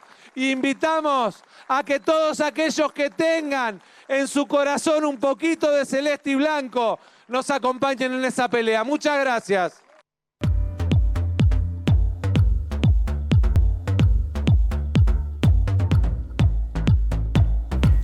Conmovidos quedamos con el informe de los 40 años de la capitulación argentina en Malvinas. Se cumple otro aniversario hoy. Si tuviera un bolso, lo agarraría así y se lo tiraría a Martín Angulo. Toma, Martín. Si es como el del que vamos a hablar, yo te lo agarro, ¿eh? Vamos todos. Sí, vamos Ya, todos. sí. Porque hoy se cumplen 6 años de aquella madrugada en la que pasaba esto. José López, ex secretario de Obras Públicas de Néstor y de Cristina Kirchner, llegaba a un convento de General Rodríguez con esa carabina que apoya en el piso y con bolsos que tenían 9 millones de dólares. Si nos retrotraemos en el tiempo, recordamos el impacto que significó la conmoción política que fue conocer esta noticia. Primero la detención de López, por qué López fue detenido, después el video y después la causa judicial. José López fue condenado a 6 años de prisión por enriquecimiento ilícito. Ahora, siempre hay una pregunta dando vueltas. Y es, con la plata de López, ¿qué pasó? Con esos 9 millones de pesos. ¿Dónde está la plata? ¿Dónde está la plata? ¿Quién la tiene? ¿Qué se hizo con ese dinero? Porque claro, era dinero de la corrupción. Esto es lo que determinó la justicia. Bueno, esta plata tuvo un destino social. Y ese destino fue lo que estamos viendo ahora en pantalla, que es una lista de insumos. Los 9 millones de José López fueron a los hospitales de niños Garrahan y Gutiérrez. Y esta es parte del listado de lo que los hospitales después le informaron a la justicia que compraron. Con esta plata nosotros compramos un ecógrafo, un incubador, un respirador, etcétera, etcétera. Equipos de radiología. Exactamente. O sea, un montón de aparatología para estos. Mira, para el COVID también, Eddie. Fue lo que pasa que equipamiento COVID, respiradores de alta frecuencia. Porque parte de la plata se destinó durante la pandemia. Y el hospital dijo, la verdad, nosotros, los hospitales dijeron, estamos con necesidades de por la pandemia. ¿Esto lo decidió el juez? Esto lo decidieron los jueces del Tribunal Oral Federal 1 que condenaron a López, con dos particularidades para resaltar. Primero, en general la plata de los decomisos, esto fue un decomiso, va a las arcas del Poder Judicial, ¿no? Por una cuestión de ley va a las arcas del Poder Judicial. En este caso los jueces dijeron no. Este fue un caso lo suficientemente grave, tuvo la suficiente trascendencia pública como para que el destino no sea algo que la gente pueda ver. Y por eso fue a estos dos hospitales. Y el otro punto, la causa todavía no está cerrada, porque López apeló su condena. Pero la plata ya está destinada. ¿Por qué? Porque cuando López apeló, y esto también lo dijo en el juicio, él dijo, esta plata no es mía, así que hagan lo que quieran. Esta plata no es mía. Así que yo estaba haciendo un favor a un funcionario que me pidió que traslade los bolsos. Los jueces no le creyeron, lo que López contó no se pudo corroborar en ningún otro elemento, así que esto también ya se pudo destinar a los hospitales Garrahan y Gutiérrez porque López dijo, yo a esto no me opongo, hagan de la plata lo que quieran porque no es mía. ¿Cómo hay imágenes que por más que las hayas visto, las volvés a ver y te quedás así idiotizado mirándolas? Puedes decir, volvés a pensar, no se puede creer. No se puede creer. ¿Y sabés qué? No se puede creer que en rigor no pasó nada, Eddie. Más allá y con respeto al proceso judicial mediante. ¿Qué cambió? ¿Marcó un antes y un después? ¿Qué cambió esto? Después vino otra causa que justificaba. Digamos. Se entendía también un poco más de esto, que tenía que ver con la causa de los cuadernos de la corrupción. López era un funcionario que estaba en el Ministerio de Planificación Federal, que fue, por las causas judiciales que hay, ya con condena, el corazón de la corrupción durante los gobiernos de Néstor y Cristina Kirchner, ¿no? El mismo ministerio de Ricardo Jaime, también condenado, de Julio De Vido, también condenado, y de los principales funcionarios que están involucrados en la causa de los cuadernos. Bueno, un final de los que eran los superministros. Creo que ya no hay más superministros, como supo haber en ese entonces. Si es por esto, bienvenido sea que no los haya. Rosario, tema Manes y la educación de los porteños. ¿Qué pasó? Sí, porque la verdad que se metió la polémica por donde menos lo pensaban, sobre todo en el PRO. ¿Por qué? Porque hay una bandera de la ciudad de Buenos Aires y del PRO que es la educación. Y no querían que justamente el radicalismo salga a cuestionar la educación, que es una pelea que tienen con el Frente de Todos. Vos, Marce, sabés mejor que yo que los presupuestos, de acuerdo a cómo los mires, podés dar noticias positivas o dar negativas, ¿no? Depende cómo quieras mirarlo. Bueno, y salió Manes con todo a decir que el porcentaje, el presupuesto de educación de la ciudad bajó, se redujo del 23,8% al 18% en 2020. Es más, al 17% si se toma en cuenta el 2021. Esto produjo un enojo en el PRO tremendo, porque es justamente Facundo Manes el que criticó la gestión de educación en el gobierno de la ciudad. Lo que responden en el gobierno de la ciudad es que, obviamente, si se miran estos números así, es lógico, pero que el presupuesto se engrosó porque a partir de los últimos años se tuvieron que poner los gastos del subte y los gastos de la Policía Federal. Entonces vos dentro del 100% nunca subís un 120% a los presupuestos. Ahí es donde digo, pero para, si subieron impuestos, no me da la suma. Ahora tenés más ingresos, en rigor, o los mismos. Deberían. Entonces, si tenés los mismos, porque vos pusiste alícuotas, impuestos que no tenías para suplantar lo que te quitó Nación, tengo la misma torta, ¿no? Sí. ¿Por qué voy a cambiar las porciones? Mantengo las mismas porciones. La porción que se destina a educación, ¿cuál es la explicación por la cual se tiene que achicar? Si compensaron los ingresos, la torta no se modificó, a menos que la torta se haya modificado y esos impuestos no hayan alcanzado para contrarrestar la quita que hubo de Nación. Y esta es la discusión y el talón de Aquiles que abrió nada más ni nada menos que Facundo Manes, que recordemos que viene de una campaña electoral en donde le había dicho Larreta no use los recursos del Estado para hacer campaña. O sea, viene muy fuerte Facundo Manes contra el gobierno de la ciudad, por lo cual ni siquiera el Frente de Todos, o quizás cuando el Frente de Todos dice ojo que esto, también se lo dijo Patricia Bullrich, claro, eso, ¿no? Sí, también. Pero quizás cuando se lo dice el Frente de Todos nosotros no le prestamos tanta atención porque tiene que ver con la fricción política que se da de opositor a oficialismo. Bueno, se metió en la pelea y me parece que va a ser parte de la pelea electoral del año que viene también esto. La educación del gobierno de la ciudad. Jugando fuerte Manes. Las palomas y los racionales también se sacan el cuero, ¿no? Sí. Bueno, tenemos también a alguien más que se suma a la escena de la política, Ro. Porque pues entonces, ¿dónde estaba el Papa Francisco, Darío? Que hace tanto que no hablamos de él. Pensaste que te iba a decir Elon Musk, pero no es Elon Musk. Está bien, es suficiente con ¿Qué de la vida de Elon Musk? Me encanta que Rosario te lo pregunte. Tenés la obligación todos los programas de decir algo. No, está perdiendo plata, María. ¿Está perdiendo plata? No.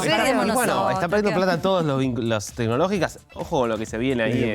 Y entonces está habiendo un descalabro importante. Pero no, vamos a hablar del Papa Francisco. No vamos a hablar más espirituales, aunque es una espiritualidad política. Ya sabemos que Francisco es mitad líder espiritual, mitad líder político, o 60 político, 40 depende espiritual. Para quién, Depende de las circunstancias. Y bueno, dio una entrevista, ustedes saben que la dio en mayo esta entrevista, con varios personajes que trabajan en revistas jesuitas, sabemos, el Papa Francisco, jesuita, su formación jesuita, pero se publica hoy esta entrevista. Su orden, ¿no? Él es jesuita. Exactamente, ¿no? Un papa ordenado. Se publica hoy esta entrevista en La Stampa, uno de los diarios más importantes de Italia, donde deja algunas declaraciones polémicas. Esta es una de ellas. Dice, hace unos años se me ocurrió decir que estamos viviendo la Tercera Guerra Mundial a pedazos. Para mí, hoy se ha declarado la Tercera Guerra mundial, ¿no? Francisco, bien fuerte, ¿no? Sí. Te digo algo, Dari. Hubo un almuerzo en la Cumbre de las Américas en donde estuvo Joe Biden con todos los jefes de Estados y ahí Joe Biden, según pudimos reconstruir cuando volvíamos ya de la cumbre, dijo que tenía información clasificada, que Estados Unidos le dijo a los otros jefes de Estado que Estados Unidos tenía información clasificada y que él creía que esto terminaba en una tercera guerra mundial, esta pelea, por lo cual algunos jefes de Estado se quedaron medio congelados diciendo, bueno, ¿de qué se trata además esta información clasificada? ¿Qué es lo que van a tener que mostrar o qué es lo que puede llegar a suceder? Algo, mientras Rod dice esto, ya nos está escuchando Adrián Sack desde Atlanta. Lo sumamos al equipo. Ay, qué lindo te queda el celeste. ¿Qué quiere celeste que le cueste? Y en dólares cuesta. El celeste. Bueno, sí, además, ¿qué tal? Buenas noches a todos. Estoy escuchando que les siguen diciendo Elon Musk. Elon Musk. Escúchame, en el conurbano. En el conurbano le dicen Elon Musk. Y según Dario, hoy pierde plata Elon. Músculo. Claro, sí, pero no. Elon no, basta, chicos, de Elon, porque vamos a quedarnos como con algunas marcas. ¿Te acuerdas cuando a Tom Cruise le decían Tom Cruise? Sí. También, cosas de Argentina, ¿no? Que siguen estando. Son cosas que después quedan, ¿viste? Cuando lo aprendés mal, ya después, loro a viejo nunca aprende a hablar, dice. Bueno, más allá de eso que estaba escuchando recién, Joe Biden. ¿Qué te parece lo que estaba contando Rosario? ¿Querés contestarle algo? Mira, te soy absolutamente honesto, me parece muy extraño que nadie lo haya levantado acá en los Estados Unidos. Creo que es un corrillo que viene por el lado de la Argentina exclusivamente. Pero ya igualmente la hipótesis de la Tercera Guerra Mundial se maneja aquí todos los días, ¿no? Pero tiene más que ver con el ingreso formal de un supuesto ingreso formal de Estados Unidos como parte de la alianza OTAN a la guerra, ¿no? Cosa que Rusia ya en realidad acusa de haber desencadenado una Tercera Guerra Mundial. Es un término que está en el aire. Sí, Eddie, ¿qué tal? ¿Cómo lo ven al Papa en Estados Unidos? El poder político, el poder mediático de Estados Unidos, ¿cómo ve a este Papa argentino, de la misma región, peronista? Bueno, depende a quién le preguntes, ¿no? Como siempre sucede. En la administración Biden lo ven bastante bien. Después tenés a personajes como Marjorie Taylor Greene, esta diputada tan trumpista que dijo que encabezaba una logia diabólica, que todos los católicos estaban engañados. Esa es la que sorteó desde luego, ¿no? Es la que sorteó la ametralladora. La que sorteó la ametralladora. O sea que imagínate qué tan fidedigna puede ser, o qué tan creíble, o qué tan respetable puede llegar Biden a ser tiene una esa foto fuente, ¿no? con el Papa en su despacho, en el Salón Oval, ¿no? Ah, ¿tiene una foto con el Papa, claro. Biden? Exactamente. Sí, la tiene muy en un católico, retrato, en esas... Sí. Es muy católico, incluso con... Pero... Sí, bueno, pero con Alberto Fernández siempre dicen, bueno, tenemos algún amigo en común. Hablan del Papa Francisco. Mira.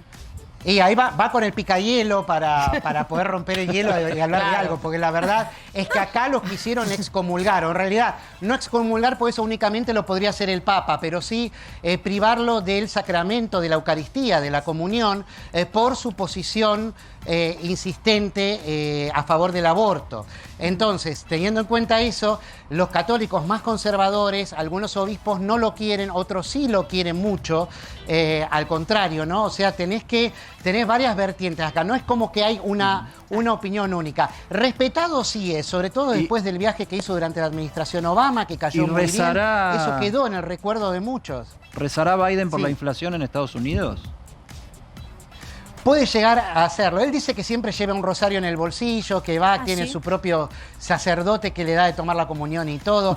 Y algo está haciendo porque hoy dijo que se le están acabando las opciones para combatir la inflación. Le echó la culpa a la oposición republicana de no querer aprobarle los proyectos que tiene estancados en el Senado. Él trata de llevar todo el agua hacia la campaña electoral porque está muy mal en las encuestas Biden. No? Y tiene que apelar a algo, ¿no? Adri, yo que vos... No suena musiquita, nos tenemos que ir, ¿sabes? Agárrate el libro de las argentinidades al palo y lleváselo a Joe. Regaláselo, porque si se le están quedando sin herramientas, que venga a Argentina y estudie. Y siempre aparte, hay creatividad contale que si él tiene un rosario en el bolsillo, nosotros tenemos una rosario en el equipo. Nos vemos mañana. Absolutamente. Chau, nos vemos. Quédense que llega Vivi Canosa. Chau, Adri. Chau. Para vos, Evi Zunino. Para vos, Evi Zunino.